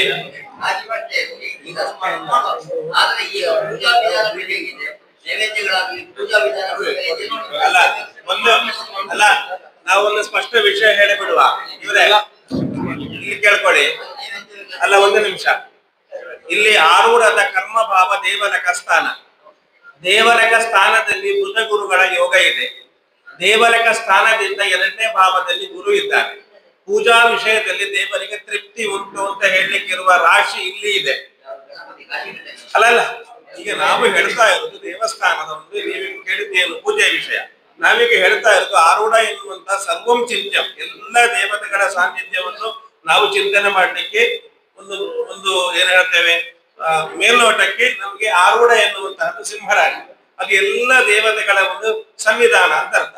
ಅಲ್ಲಿಂದ ಕರ್ಮಭಾವದಲ್ಲಿ ಬುಧ ಗುರುಗಳ ಯೋಗ, ಆ ಭಾವದಿಂದ ಎರಡನೇ ಭಾವದಲ್ಲಿ ಗುರುವಿನ ಯೋಗ ಬಂದರೆ ಶುಭ ಗ್ರಹಗಳ ಯೋಗ ಅಂತ ಇರುವುದರಿಂದ ಆ ಪೂಜಾ ವಿಷಯದಲ್ಲಿ ದೇವರಿಗೆ ತೃಪ್ತಿ ಉಂಟು ಅಂತ ಈಗ ನಾವಿಲ್ಲಿ ಹೇಳ್ಬೇಕು. ಅದರಲ್ಲೇನು ಸಂಶಯ ಬೇಡ. ಈಗ ಈ ಕರ್ಮಾಧಿಪತಿಯಾಗಿರುವಂತಹ ಶುಕ್ರ ಚತುರ್ಥ ಭಾವದಲ್ಲಿರುವುದರಿಂದ ಈ ದೇವಲಕರಿಗೆ, ಯಾರಿಗೆ ಅರ್ಚಕರಿಗೆ, ಈ ನಿಮ್ಮ ಸುತ್ತ ಬೌಳಿಯಲ್ಲಿ ಏನಾದ್ರೂ ಒಂದು ಸ್ಥಳ ಉಂಟಾ ವಾಸ? ಅಲ್ಲ ಅಲ್ಲ ಹಾಗಲ್ಲ, ಈಗ ಇರುವ ಸ್ಥಿತಿಯಲ್ಲಿ ಅಲ್ಲ ಒಂದು ಇಲ್ಲಿ ಅಂತ ಹೇಳಿದ್ರೆ ಇದು ಈ ಸರದಿಯಲ್ಲಿ ಅರ್ಚಕರು 15 ದಿನ ಇಲ್ಲೇ ಇರ್ಬೇಕು, ಇಲ್ಲೇ ವಾಸ ಎಲ್ಲವಿದೆ. ಅರ್ಚಕರಿಗೆ ಉಳ್ಕೊಳ್ಳಿಕ್ಕೆ ವ್ಯವಸ್ಥೆಗಳೆಲ್ಲ ಆಗ್ಬೇಕಾದ್ರೆ ದೇವಸ್ಥಾನದ ಹೊರಾಂಗಣ ಒಳಪೌಳಿ ಎಲ್ಲ ಒಳಪೌಳಿಯಲ್ಲಿ ಇರುವಂತದ್ದು ವ್ಯವಸ್ಥೆ. ಹೀಗಾಗಿ ಮೊದಲು ಪೂರ್ವ ಭಾಗದಲ್ಲಿ ಇತ್ತು, ಪೂರ್ವ ಭಾಗದಲ್ಲಿ ಶಿಥಿಲ ಆದ ನಂತರ ಮತ್ತೆ ಅದನ್ನು ದಕ್ಷಿಣ ಭಾಗಕ್ಕೆ ಬಂತು. ಅದನ್ನು ಇನ್ನು ವಾಸ್ತುಶಿಲ್ಪಿಗಳ ನಿರ್ಣಯ ಹೇಗೆ ಮಾಡ್ತಾರೆ ಅದರ ಪ್ರಕಾರ ಮುಂದುವರಿಯುತ್ತೇಳಿ ಈಗ ಇದರಲ್ಲಿ ಇಷ್ಟು ಪ್ರಶ್ನೆಗಳು ಬಂದಿದೆ. ಇದನ್ನೆಲ್ಲ ನಾನು ವಾಸ್ತುಶಿಲ್ಪಿಗಳ ನಿರ್ದೇಶನ ಮಾಡುವುದಿಲ್ಲ, ಇದನ್ನು ಪ್ರಶ್ನೆಯಲ್ಲಿ ಕೇಳಿಕೊಂಡು ಹೋದ್ರೆ ಈ ಜನ್ಮದಲ್ಲಿ ಮುಗಿಲಿಕ್ಕಿಲ್ಲ. ಇದು ಪ್ರಶ್ನೆಗೆ ಹೋಗಲಿಲ್ಲ. ಸುತ್ತು ಪೌಳಿಯನ್ನು ಅಲ್ಲ ಸುತ್ತಪೌಳಿಯಲ್ಲಿ ಅರ್ಚಕರಿಗೆ ತಂಗಲಿಕ್ಕೆ ವ್ಯವಸ್ಥೆ ಆಗ್ಬೇಕು. ಎಲ್ಲ ಮೊದಲಿದ್ದಾಗಿ ಆಗ್ಬೇಕು. ಅದನ್ನು ಕಾಮಗಾರಿ ಪ್ರಾರಂಭ ಮಾಡೋ ಸಂದರ್ಭದಲ್ಲಿ ತಾತ್ಕಾಲಿಕವಾಗಿ ಇಲ್ಲಿಗೆ ಸ್ಥಳ ಸರಿ, ಅದು ಬೇಕು. ಅಲ್ಲ ಅಲ್ಲ ಈಗ ನಿಮ್ಮ ಮಸೂದೆ ವ್ಯವಸ್ಥೆಯನ್ನು ಎಲ್ಲಿ ಮಾಡುದು? ಹಿಂಗೇನು ಮಾಡ್ತಾ ಮಾಡಿದ್ರೆ ಆಗ್ತದಾ? ಅಲ್ಲ ಒಂದ್ ನಿಮಿಷ, ನೋಡಿ ಒಂದ್ ನಿಮಿಷ, ಒಂದು ನಿಮಿಷ ಅಲ್ಲ ಒಂದು ನಿಮಿಷ, ನಾವು ಒಂಚೂರು ಹೇಳುದಿಲ್ಲ ಕೇಳಿ, ನಂತರ ನೀವು ಮಾತಾಡಿದ್ರೆ ನೀವು ಮುಗಿಲಿಕ್ಕಿಲ್ಲ. ನೋಡಿ ಹಾಗಲ್ಲ, ನೋಡಿ ನೋಡಿ ನೋಡಿ ಒಂದು ವಿಷಯ ಹೇಳ್ತೇನೆ. ಎಲ್ಲದಕ್ಕೂ ನೀವು ಕೇಳಿದ ಎಲ್ಲ ವಿಷಯಕ್ಕೂ ನಾವು ಇದರಲ್ಲಿ ನೋಡಿ ಉತ್ತರ ಕೊಡುವಂತ ಅನಿವಾರ್ಯತೆ ಇಲ್ಲಿ ಇಲ್ಲ. ಯಾವುದಕ್ಕೆ ಯಾಕೆ ಹೇಳ್ತಾ ಇದ್ದೇನೆ ಕೇಳಿದ್ರೆ, ಕೆಲವುದಕ್ಕೆ ನಮಗೆ ವಾಸ್ತುಶಾಸ್ತ್ರಜ್ಞರು ಹೇಗೆ ಹೇಳ್ತಾರೆ ಆ ಪ್ರಕಾರ ನಾವು ಮುಂದುವರಿಸಿಕೊಂಡು ಹೋಗುವಂತ. ಆದರೆ ನ ಶಾಸ್ತ್ರ ದೃಷ್ಟಿಯ ವಿದುಷಾ ಕದಾಚಿತ್ ಉಲ್ಲಂಘನೀಯ ಕುಲ ದೇಶ ಧರ್ಮ ಅಂತ. ಈ ಶಾಸ್ತ್ರ ದೃಷ್ಟಿಯಿಂದ ಒಂದು ಕುಲಧರ್ಮವನ್ನು, ದೇಶ ಧರ್ಮವನ್ನು ನಮ್ಗೆ ಉಲ್ಲಂಘನೆ ಮಾಡ್ಲಿಕ್ಕಿಲ್ಲ. ಶಾಸ್ತ್ರದಲ್ಲಿ ಹೀಗೆ ಹೇಳಿದೆ ಅಂತ ಹೇಳಿ ನಾವು ಸಂಪ್ರದಾಯವನ್ನು, ಕುಲಧರ್ಮವನ್ನು, ದೇಶ ಧರ್ಮವನ್ನು ಬಿಡ್ಲಿಕ್ಕಿಲ್ಲ. ಆಯ್ತಾ? ಈ ಒಂದು ವ್ಯವಸ್ಥೆಯಲ್ಲಿ ಇಲ್ಲಿ ಕರ್ಮಾಧಿಪತಿಯಾಗಿರುವಂತಹ ಶುಕ್ರ ಚತುರ್ಥ ಭಾವದಲ್ಲಿಯೇ ನಾವು ಉಪಕ್ರಮಿಸುವಂತಹ ವಿಷಯದಲ್ಲಿ ಇರುವುದರಿಂದ, ಅಂಶಕದಲ್ಲಿ ಇರುವುದರಿಂದ ಅದು ಅಲ್ಲಿ ಆ ಶುಕ್ರನಿಗೆ ಫಲ ಒಂದು ಒಳ್ಳೆಯ ಫಲ ಅಲ್ಲ, ಅನಿಷ್ಟ ಫಲ, ಕುಲವಾಂಸನಃ ಕುಜರ್ಷೆ ಎನ್ನುವಂತಹ ಫಲ ಇರುವುದರಿಂದ ಆ ವಿಷಯದಲ್ಲಿ ನಾವು ಇವತ್ತು ಗಂಭೀರವಾಗಿ ಒಂದು ನಿರ್ಣಯ ತಗೊಳ್ಳಿಕ್ಕುಂಟು. ಯಾವುದರಲ್ಲಿ? ಅರ್ಚಕರಿಗೆ ನಾವು, ಯಾಕಂದ್ರೆ ಇಲ್ಲಿಯ ಪೂಜಾ ವಿಧಾನ ಎನ್ನುವಂತಹದ್ದು ಬಹಳ ವಿಶೇಷ. ಯಾಕೆಂತ ಕೇಳಿದ್ರೆ ಅರ್ಚಕರು ಮನೆಗೆ ಹೋಗ್ಲಿಕ್ಕಿಲ್ಲ ಅಲ್ವಾ, ಬ್ರಹ್ಮಚರ್ಯದಲ್ಲಿ ಇರಬೇಕು. ಹಾಗೆ ಅಂತ ಬ್ರಹ್ಮಚಾರಿ ಆಗಿರ್ಬಾರ್ದ ಅಂತ ಅಲ್ವಾ? ಮದುವೆ ಆಗಿರ್ಬೇಕು, ಬ್ರಹ್ಮಚಾರಿ ಅಲ್ಲ, ಮದುವೆ ಆಗಿರ್ಬೇಕು, ಬ್ರಹ್ಮಚರ್ಯದಲ್ಲಿ ಇರಬೇಕು. ಇದು ಬೇರೆ. ಇದು ಅದೆಷ್ಟು ದಿವಸ? 15 ದಿವಸ ಅಲ್ಲ, ಇರುವುದಿಲ್ಲ ಅಲ್ಲ ವೈಯಕ್ತಿಕ, ಅದೆಲ್ಲ ವೈಯಕ್ತಿಕ, ಅದೆಲ್ಲ ನಾವು ನೋಡಿ, ಅದೆಲ್ಲ ನಾವು ಅಲ್ಲ ಸರಿ, ಅದು ಅಲ್ಲ, ಅದು ಬೇಡ. ಅದು ನಾವು ಹೇಳಿದ್ದನ್ನೇ ಪರೈವತಿರ ದತ್ತವಾದಿ ಅಂತ ಹೇಳಿದ್ರೆ ಅರ್ಥ ಹಾಗೆ. ನಾವು ಈ ವಿಷಯದಲ್ಲಿ ನಾವು ಸ್ವಲ್ಪ ಗಮನ ತಗೊಳ್ಳುವಂತಹ ಸಂಗತಿಯನ್ನು ಹೇಳಿದ್ರೆ, ಎಲ್ಲಿ ಅರ್ಚಕರಿಗೆ ಪ್ರಕೃತ ವ್ಯವಸ್ಥೆಯನ್ನು ಎಲ್ಲಿ ಮಾಡಿದರೆ ದೇವರಿಗೆ ಅದು ಪೂಜೆಗೆ ತೃಪ್ತಿ ಆಗ್ತದೆ ಎನ್ನುವಂಥದ್ದು ನಾವು ನೋಡ್ಲಿಕ್ಕೆ ಉಂಟು. ಈಗ ನಮ್ಮ ಪ್ರಧಾನ ವಿಷಯ ಅದು ಈಗ ಅಲ್ವಾ. ಈಗ ಪೌಳಿ ಆದ ನಂತರ ಆ ಪೌಳಿಯಲ್ಲಿಯೇ ವ್ಯವಸ್ಥೆ, ಅವರಿಗೆ ಹಿಂದಿನ ವ್ಯವಸ್ಥೆ ಹೇಗುಂಟೋ ಆ ಪ್ರಕಾರವಾಗಿ ವಾಸ್ತುಶಾಸ್ತ್ರಜ್ಞರು ಯಾವ ಪ್ರಕಾರ ನಮ್ಗೆ ಸಲಹೆ ಕೊಡ್ತಾರೆ ಆ ಪ್ರಕಾರ ನಾವು ಮುಂದೆ ಹೋಗ್ಲಿಕ್ಕಿದೆ. ಈಗ ನಮಗೆ ಪ್ರಕೃತ ಏನು, ಪೌಳಿಯನ್ನು ತೆಗೆಯುವಾಗ ನಮಗೆ ಅವರಿಗೆ ಇರ್ಲಿಕ್ಕೆ ಅಂತ ವ್ಯವಸ್ಥೆ ಇರಲಿ ಅಂತ ನಾವು ನೋಡ್ಲಿಕ್ಕೆ ಉಂಟು. ಅದನ್ನು ನಾವಿಲ್ಲಿ ನೋಡುವ. ಈಗ 5 ವರ್ಷಗಳ ಹಿಂದೆ ಇವರಿಗೆ ಅಲ್ಲಿ ಬಲಾಢ್ಯ ಅಲ್ಲಿ ವಾಸವಿ ಎಲ್ಲಿ ಅಲ್ಲಿ ಅದ್ರ ಒಳಗಡೆ, ಈಗ ಅಲ್ಲಿ ಆ ಕಡೆ ಮೇಲೆ ವಾಸವಿ ಇದೆ. ಹಿಂದೆ ಬಾಗಿನಾಯ ಅಂತ ಇವರಿಗೆ ಅಡಿಗೆಯನ್ನು ಮಾಡಿ ಕೆಳಗೆ ಊಟ ಮಾಡಿ ಹೋಗ್ತಾ ಇದ್ರು. ಗರ್ಭಗುಡಿಯಿಂದ ಎತ್ತರದಲ್ಲಿ ಗ್ಯಾಸ್ ಸ್ಟವ್ ಅನ್ನು ಇಟ್ಟು ಇದು ಮಾಡಬಹುದು ಅಂತ ಹೇಳ್ಬೋದು. ಗರ್ಭಗುಡಿ ಅಂತ ಹೇಳಿದ್ರೆ ಹೇಗೆ ನಂಗೆ ಅರ್ಥ ಆಗಿದೆ. ಇವರು ವಾಸವಿರು ಈ ಅಡಿಗೆ ಅವರೇ ಮಾಡೋದು, ಗ್ಯಾಸ್ ಸ್ಟವ್ ಅನ್ನು ಮಾಡುದು ಉಪ್ಪರಿಗೆ. ಅಲ್ಲ, ಗರ್ಭಗುಡಿಯ ಮೇಲೆಯಾ?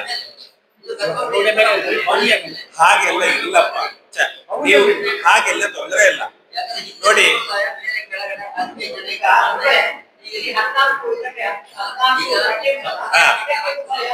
ಅಲ್ಲ, ನಾನು ಅದೇ ನಾವು ತಾತ್ಕಾಲಿಕವಾಗಿ ಅವರಿಗೆ ನೋಡಿ ಒಂದು ವಿಷಯ ಹೇಳ್ತೇನೆ.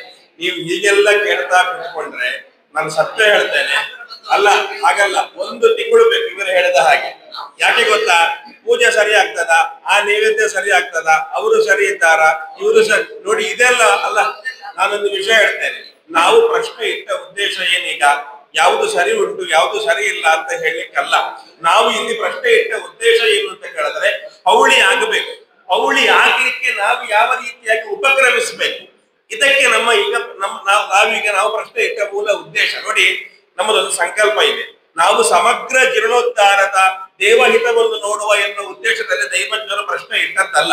ದೈವಜ್ಞರು ಪ್ರಶ್ನೆ ಇಡುವಾಗ ಸಂಕಲ್ಪಿಸಿದ್ದುಂಟು. ಏನು? ಇದಾನಿಂ ಚಿಂತಿತಸ್ತೆ ವಿಶೇಷತಃ, ಈಗ ನಾನು ಚಿಂತಿಸುವಂತಹ ವಿಷಯ ಅದು ಏನು? ಪೌಳಿಯನ್ನು ತೆಗಿತಾ ಇದ್ದೇವೆ.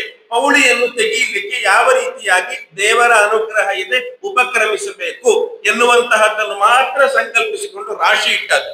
ಆ ಇತಿಮಿತಿಯಲ್ಲಿ ನಮಗೆ ಇಲ್ಲಿ ಯಾವುದು ವಿಮರ್ಶೆಗೆ ಬರ್ತದೋ ಅದನ್ನು ವಿಮರ್ಶೆ ಮಾಡಿ ಕೊಡ್ತೇವೆ. ಆ ವಿಮರ್ಶೆಗೆ ಅನುಗುಣವಾಗಿ ಆ ವ್ಯವಸ್ಥೆಯನ್ನು ನಾವು ಮುಂದುವರಿಸಿಕೊಂಡು ಹೋಗುವ. ಮತ್ತೆ ಒಂದು ದಯವಿಟ್ಟು ಹೇಳ್ತೇನೆ, ನೀವು ಪೂಜೆ ಆ ನಂತರ ಆ ವ್ಯವಸ್ಥೆ ಈ ವ್ಯವಸ್ಥೆ ಸರಿ ಉಂಟು ಇಲ್ಲವೋ ಅಂತ ಕೇಳುವ ವೇದಿಕೆ ಇದಲ್ಲ. ಈಗ ಈ ಪ್ರಶ್ನೆ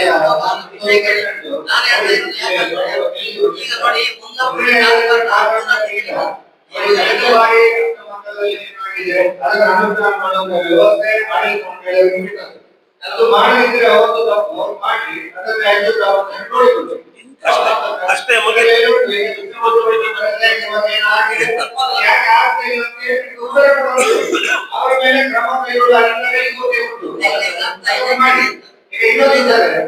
ನನ್ನದೊಂದು ಪ್ರಶ್ನೆ ಇತ್ತು. ಏನಂತ ಹೇಳಿದ್ರೆ, ನಾನು ಇದೆಲ್ಲ ಭೌತಿಕ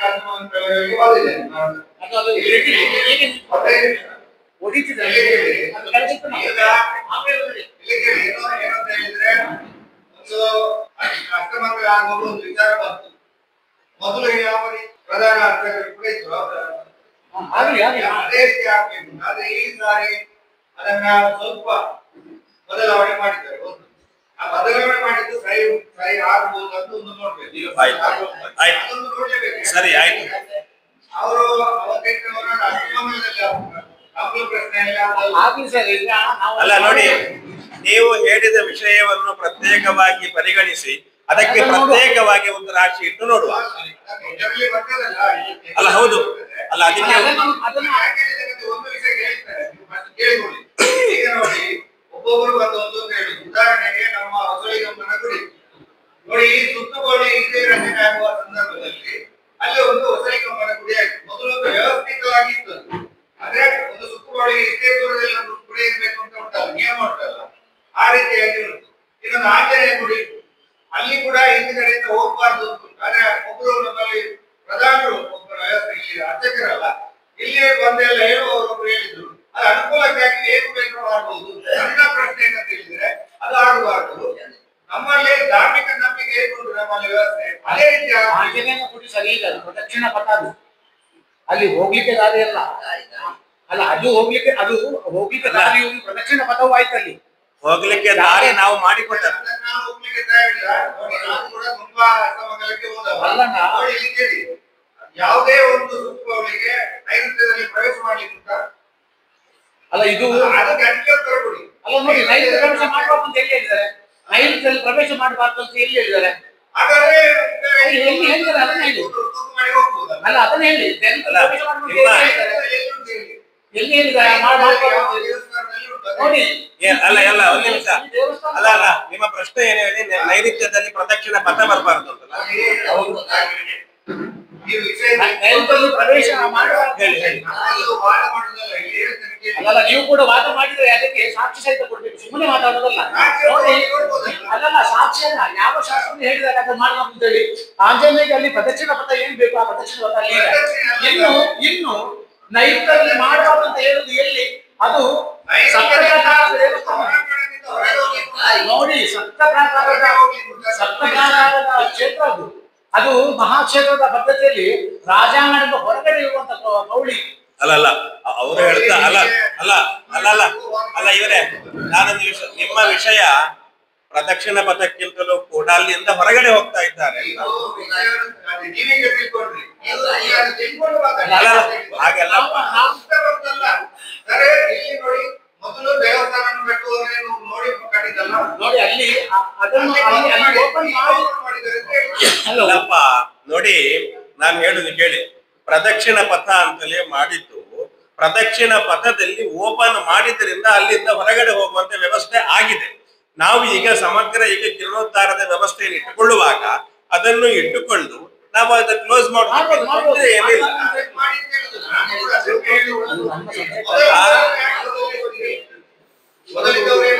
ಹೊರಗಡೆ ಅಲ್ಲ, ಹಾಗಲ್ಲ ಇವರೇ, ಪ್ರದಕ್ಷಿಣ ಪಥದಿಂದ ಹೊರಗಡೆ ಹೋಗುದು ಬೇಕಾಗಿಲ್ಲ.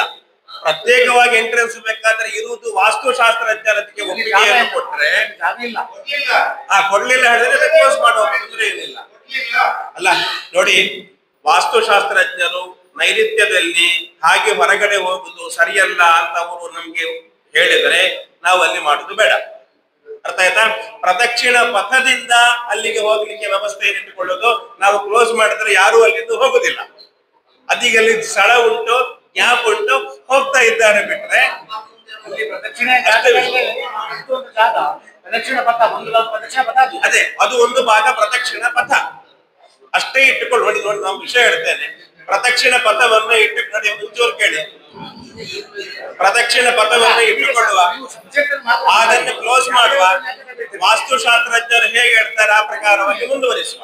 ನಾವು ಸುಮ್ಮನೆ ಬೇರೆ ವ್ಯವಸ್ಥೆಗಳನ್ನು ನೋಡೋದು ಬೇಡ.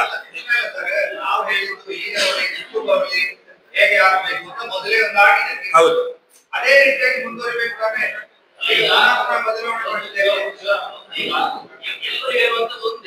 ಎಲ್ಲರೂ ಈಗ ನಾವು ಇಲ್ಲಿ ಪ್ರಶ್ನೆಯನ್ನ ಇಟ್ಟು ಉದ್ದೇಶ ಕೂಡ ಒಂದೇ, ಸುತ್ತುಬೌಳಿಯ ಬಗ್ಗೆ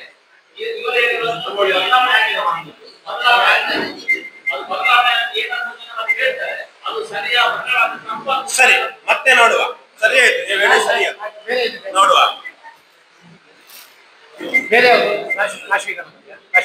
ಕಾಶಿ ಗಣಪತಿ ಅಂತಲ್ವಾ? ಕಾಶಿ ಕಟ್ಟೆ ಗಣಪತಿ ಅಲ್ಲ, ಅದು ಒಟ್ಟಿಗೆ ಮಾಡ್ಕೊಂಡು ಹೋಗುವ, ಚಿಂತೆ.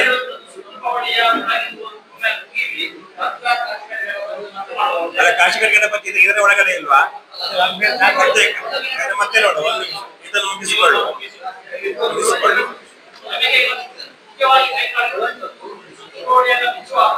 ಈ ಎಲ್ಲ ಜಾಗ ಬೇರೆ ಕಡೆ ಎಲ್ಲಿ ಮಾಡೋದು ಅಂತ ಹೇಳಿ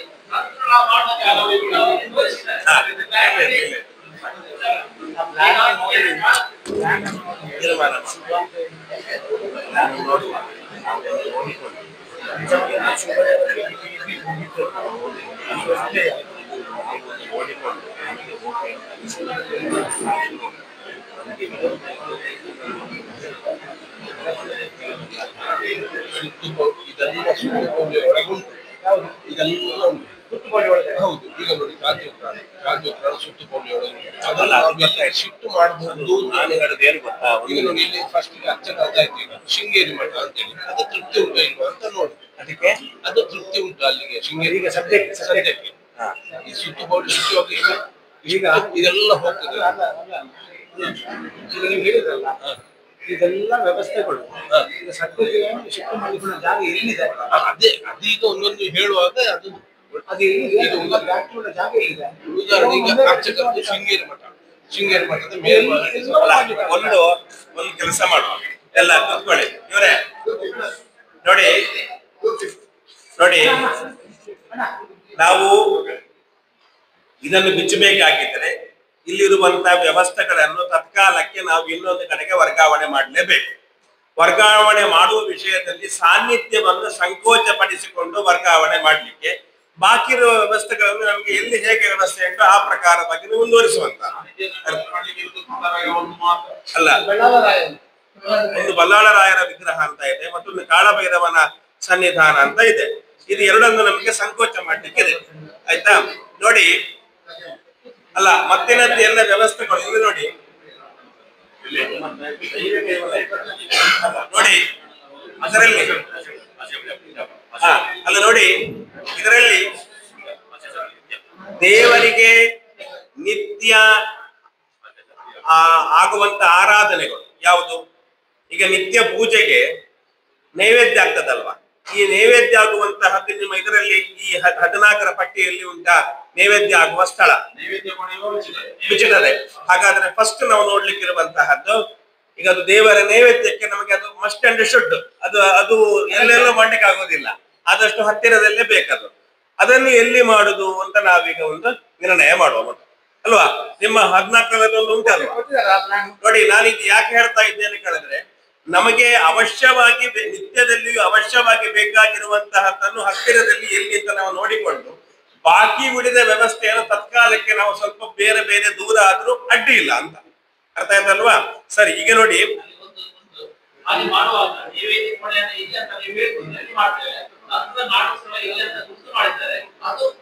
ಅಲ್ಲ ಅಲ್ಲ ಈಗ ನೋಡಿ ಅಲ್ಲ ನೋಡಿ, ನಾನೊಂದು ವಿಷಯ ಅದಕ್ಕೋಸ್ಕರವಾಗಿ ಹೇಳಿದ್ದು, ದೇವರಿಗೆ ನಿತ್ಯಕ್ಕೆ ಬೇಕಾಗಿರುವಂತಹ ವ್ಯವಸ್ಥೆಗಳನ್ನು ಹತ್ತಿರದಲ್ಲಿಯೇ ಮಾಡುವ ಅನಿವಾರ್ಯತೆ ನಮಗೆ ಇದೆ. ಅದನ್ನು ಮಾಡಿಕೊಳ್ಳುವ. ಬಾಕಿ ಉಳಿದದ್ದನ್ನು ನಾವೀಗ ಹೇಳಿದಾಗೆ ನಮಗೆ ಸ್ಥಳ ಎಲ್ಲಿ ಉಂಟು ಅಲ್ಲಿಗೆ ಸರಿಯಾಗಿ ನಾವು ಮಾಡಿಕೊಂಡ್ರೆ ಸರಿ. ನಮಗೆ ಈಗ ಪ್ರಧಾನವಾಗಿರುವ ಸಂಗತಿ ದೇವರ ನೈವೇದ್ಯಕ್ಕೆ ಬೇಕಾಗಿರುವಂತಹ ಕೊಠಡಿ ಮತ್ತು 2 ಸಾನ್ನಿಧ್ಯಗಳನ್ನು ಸಂಕೋಚ ಮಾಡಿ ಇಡುವಂತಹ ಸ್ಥಳ, ಇದೊಂದು ಪ್ರಧಾನ. ಮತ್ತಿನದ್ದು ನಮಗೆ ಸ್ಥಳ ಎಲ್ಲಿ ಉಂಟು ಅಂತ ನಾವು ನೋಡಿಕೊಂಡು ಪ್ಲಾನ್ ಮಾಡಿಕೊಂಡು ನಾವು ಮಾಡಿದ್ರೆ ಸರಿ ಆಗ್ತದೆ. ಅದಕ್ಕಿಂತ ದೊಡ್ಡ ನಮಗೆ ಅದಕ್ಕೆಲ್ಲ ರಾಶಿ ನೋಡುವಂತ ದೊಡ್ಡ ಅನಿವಾರ್ಯತೆ ಅವಶ್ಯಕತೆ ಎನ್ನುವಂತದ್ದು ಇಲ್ಲ. ಅದೆಲ್ಲ ಪಕ್ಕಾ ಪ್ರಾಕ್ಟಿಕಲ್. ನಮಗೆ ಇಲ್ಲಿ ನಾವು ನೋಡ್ಲಿಕ್ಕೆ ಇರುವಂತ ದೈವಿಕ ಮಾತ್ರ. ನಿಮಗೆ ಹಣ್ಣುಕಾಯಿ ಮಾಡೋದಲ್ಲಿ, ಅಕ್ಷೇಷ ಬಲಿ ಮಾಡೋದು, ಇದೆಲ್ಲ ನೋಡಿ, ಇದೆಲ್ಲ ನಮಗೆ ಎಕ್ಸ್ಟ್ರಾ ವಿಷಯಗಳು. ಅದನ್ನು ನಾವು ಎಲ್ಲಿ ಆಗ್ತದೆ ಅಲ್ಲಿ ಮಾಡಬಹುದು. ನಮಗೆ ಇಲ್ಲಿ ಪ್ರಧಾನವಾಗಿ ಏನು, ನಿತ್ಯ ದೇವರಿಗೆ ಬೇಕಾಗಿರುವ ನೈವೇದ್ಯ, ನಿತ್ಯಕ್ಕೆ ಬೇಕಾಗಿರುವಂತಹ ವ್ಯವಸ್ಥೆಗಳಿಗೆ, ನಿತ್ಯ ಪೂಜೆಗೆ ತೊಡಕಾಗದೇ ಇರುವ ಸಂಗತಿಗಳನ್ನು ನಾವು ಅಲ್ಲಿ ಹತ್ತಿರ ಮಾಡಿಕೊಳ್ಳಿಕ್ಕೆ ರಾಶಿ ನಾವು. ಅರ್ಥ ಆಯ್ತಾ. ಈಗ ನಮಗೆ ಪ್ರಧಾನವಾಗಿ ಒಂದು ನೈವೇದ್ಯದ ಕೊಠಡಿ ಅಲ್ವಾ. ನೀವು ನಾನು ಹೇಳ್ತಾ ಇದ್ದ ಹಾಗೆ ಒಬ್ಬರಲ್ಲಿ ನಾವಿಲ್ಲಿ ರಾಶಿ ನೋಡ್ತಾರೆ, ಟಿಕ್ ಮಾಡ್ತಾರೆ, ಮತ್ತೆ ನಾವು ನಿರ್ಧಾರ ಮಾಡಿ ವಿಮರ್ಶೆ ಮಾಡಿಕೊಳ್ಳುವ ಅಲ್ಲ.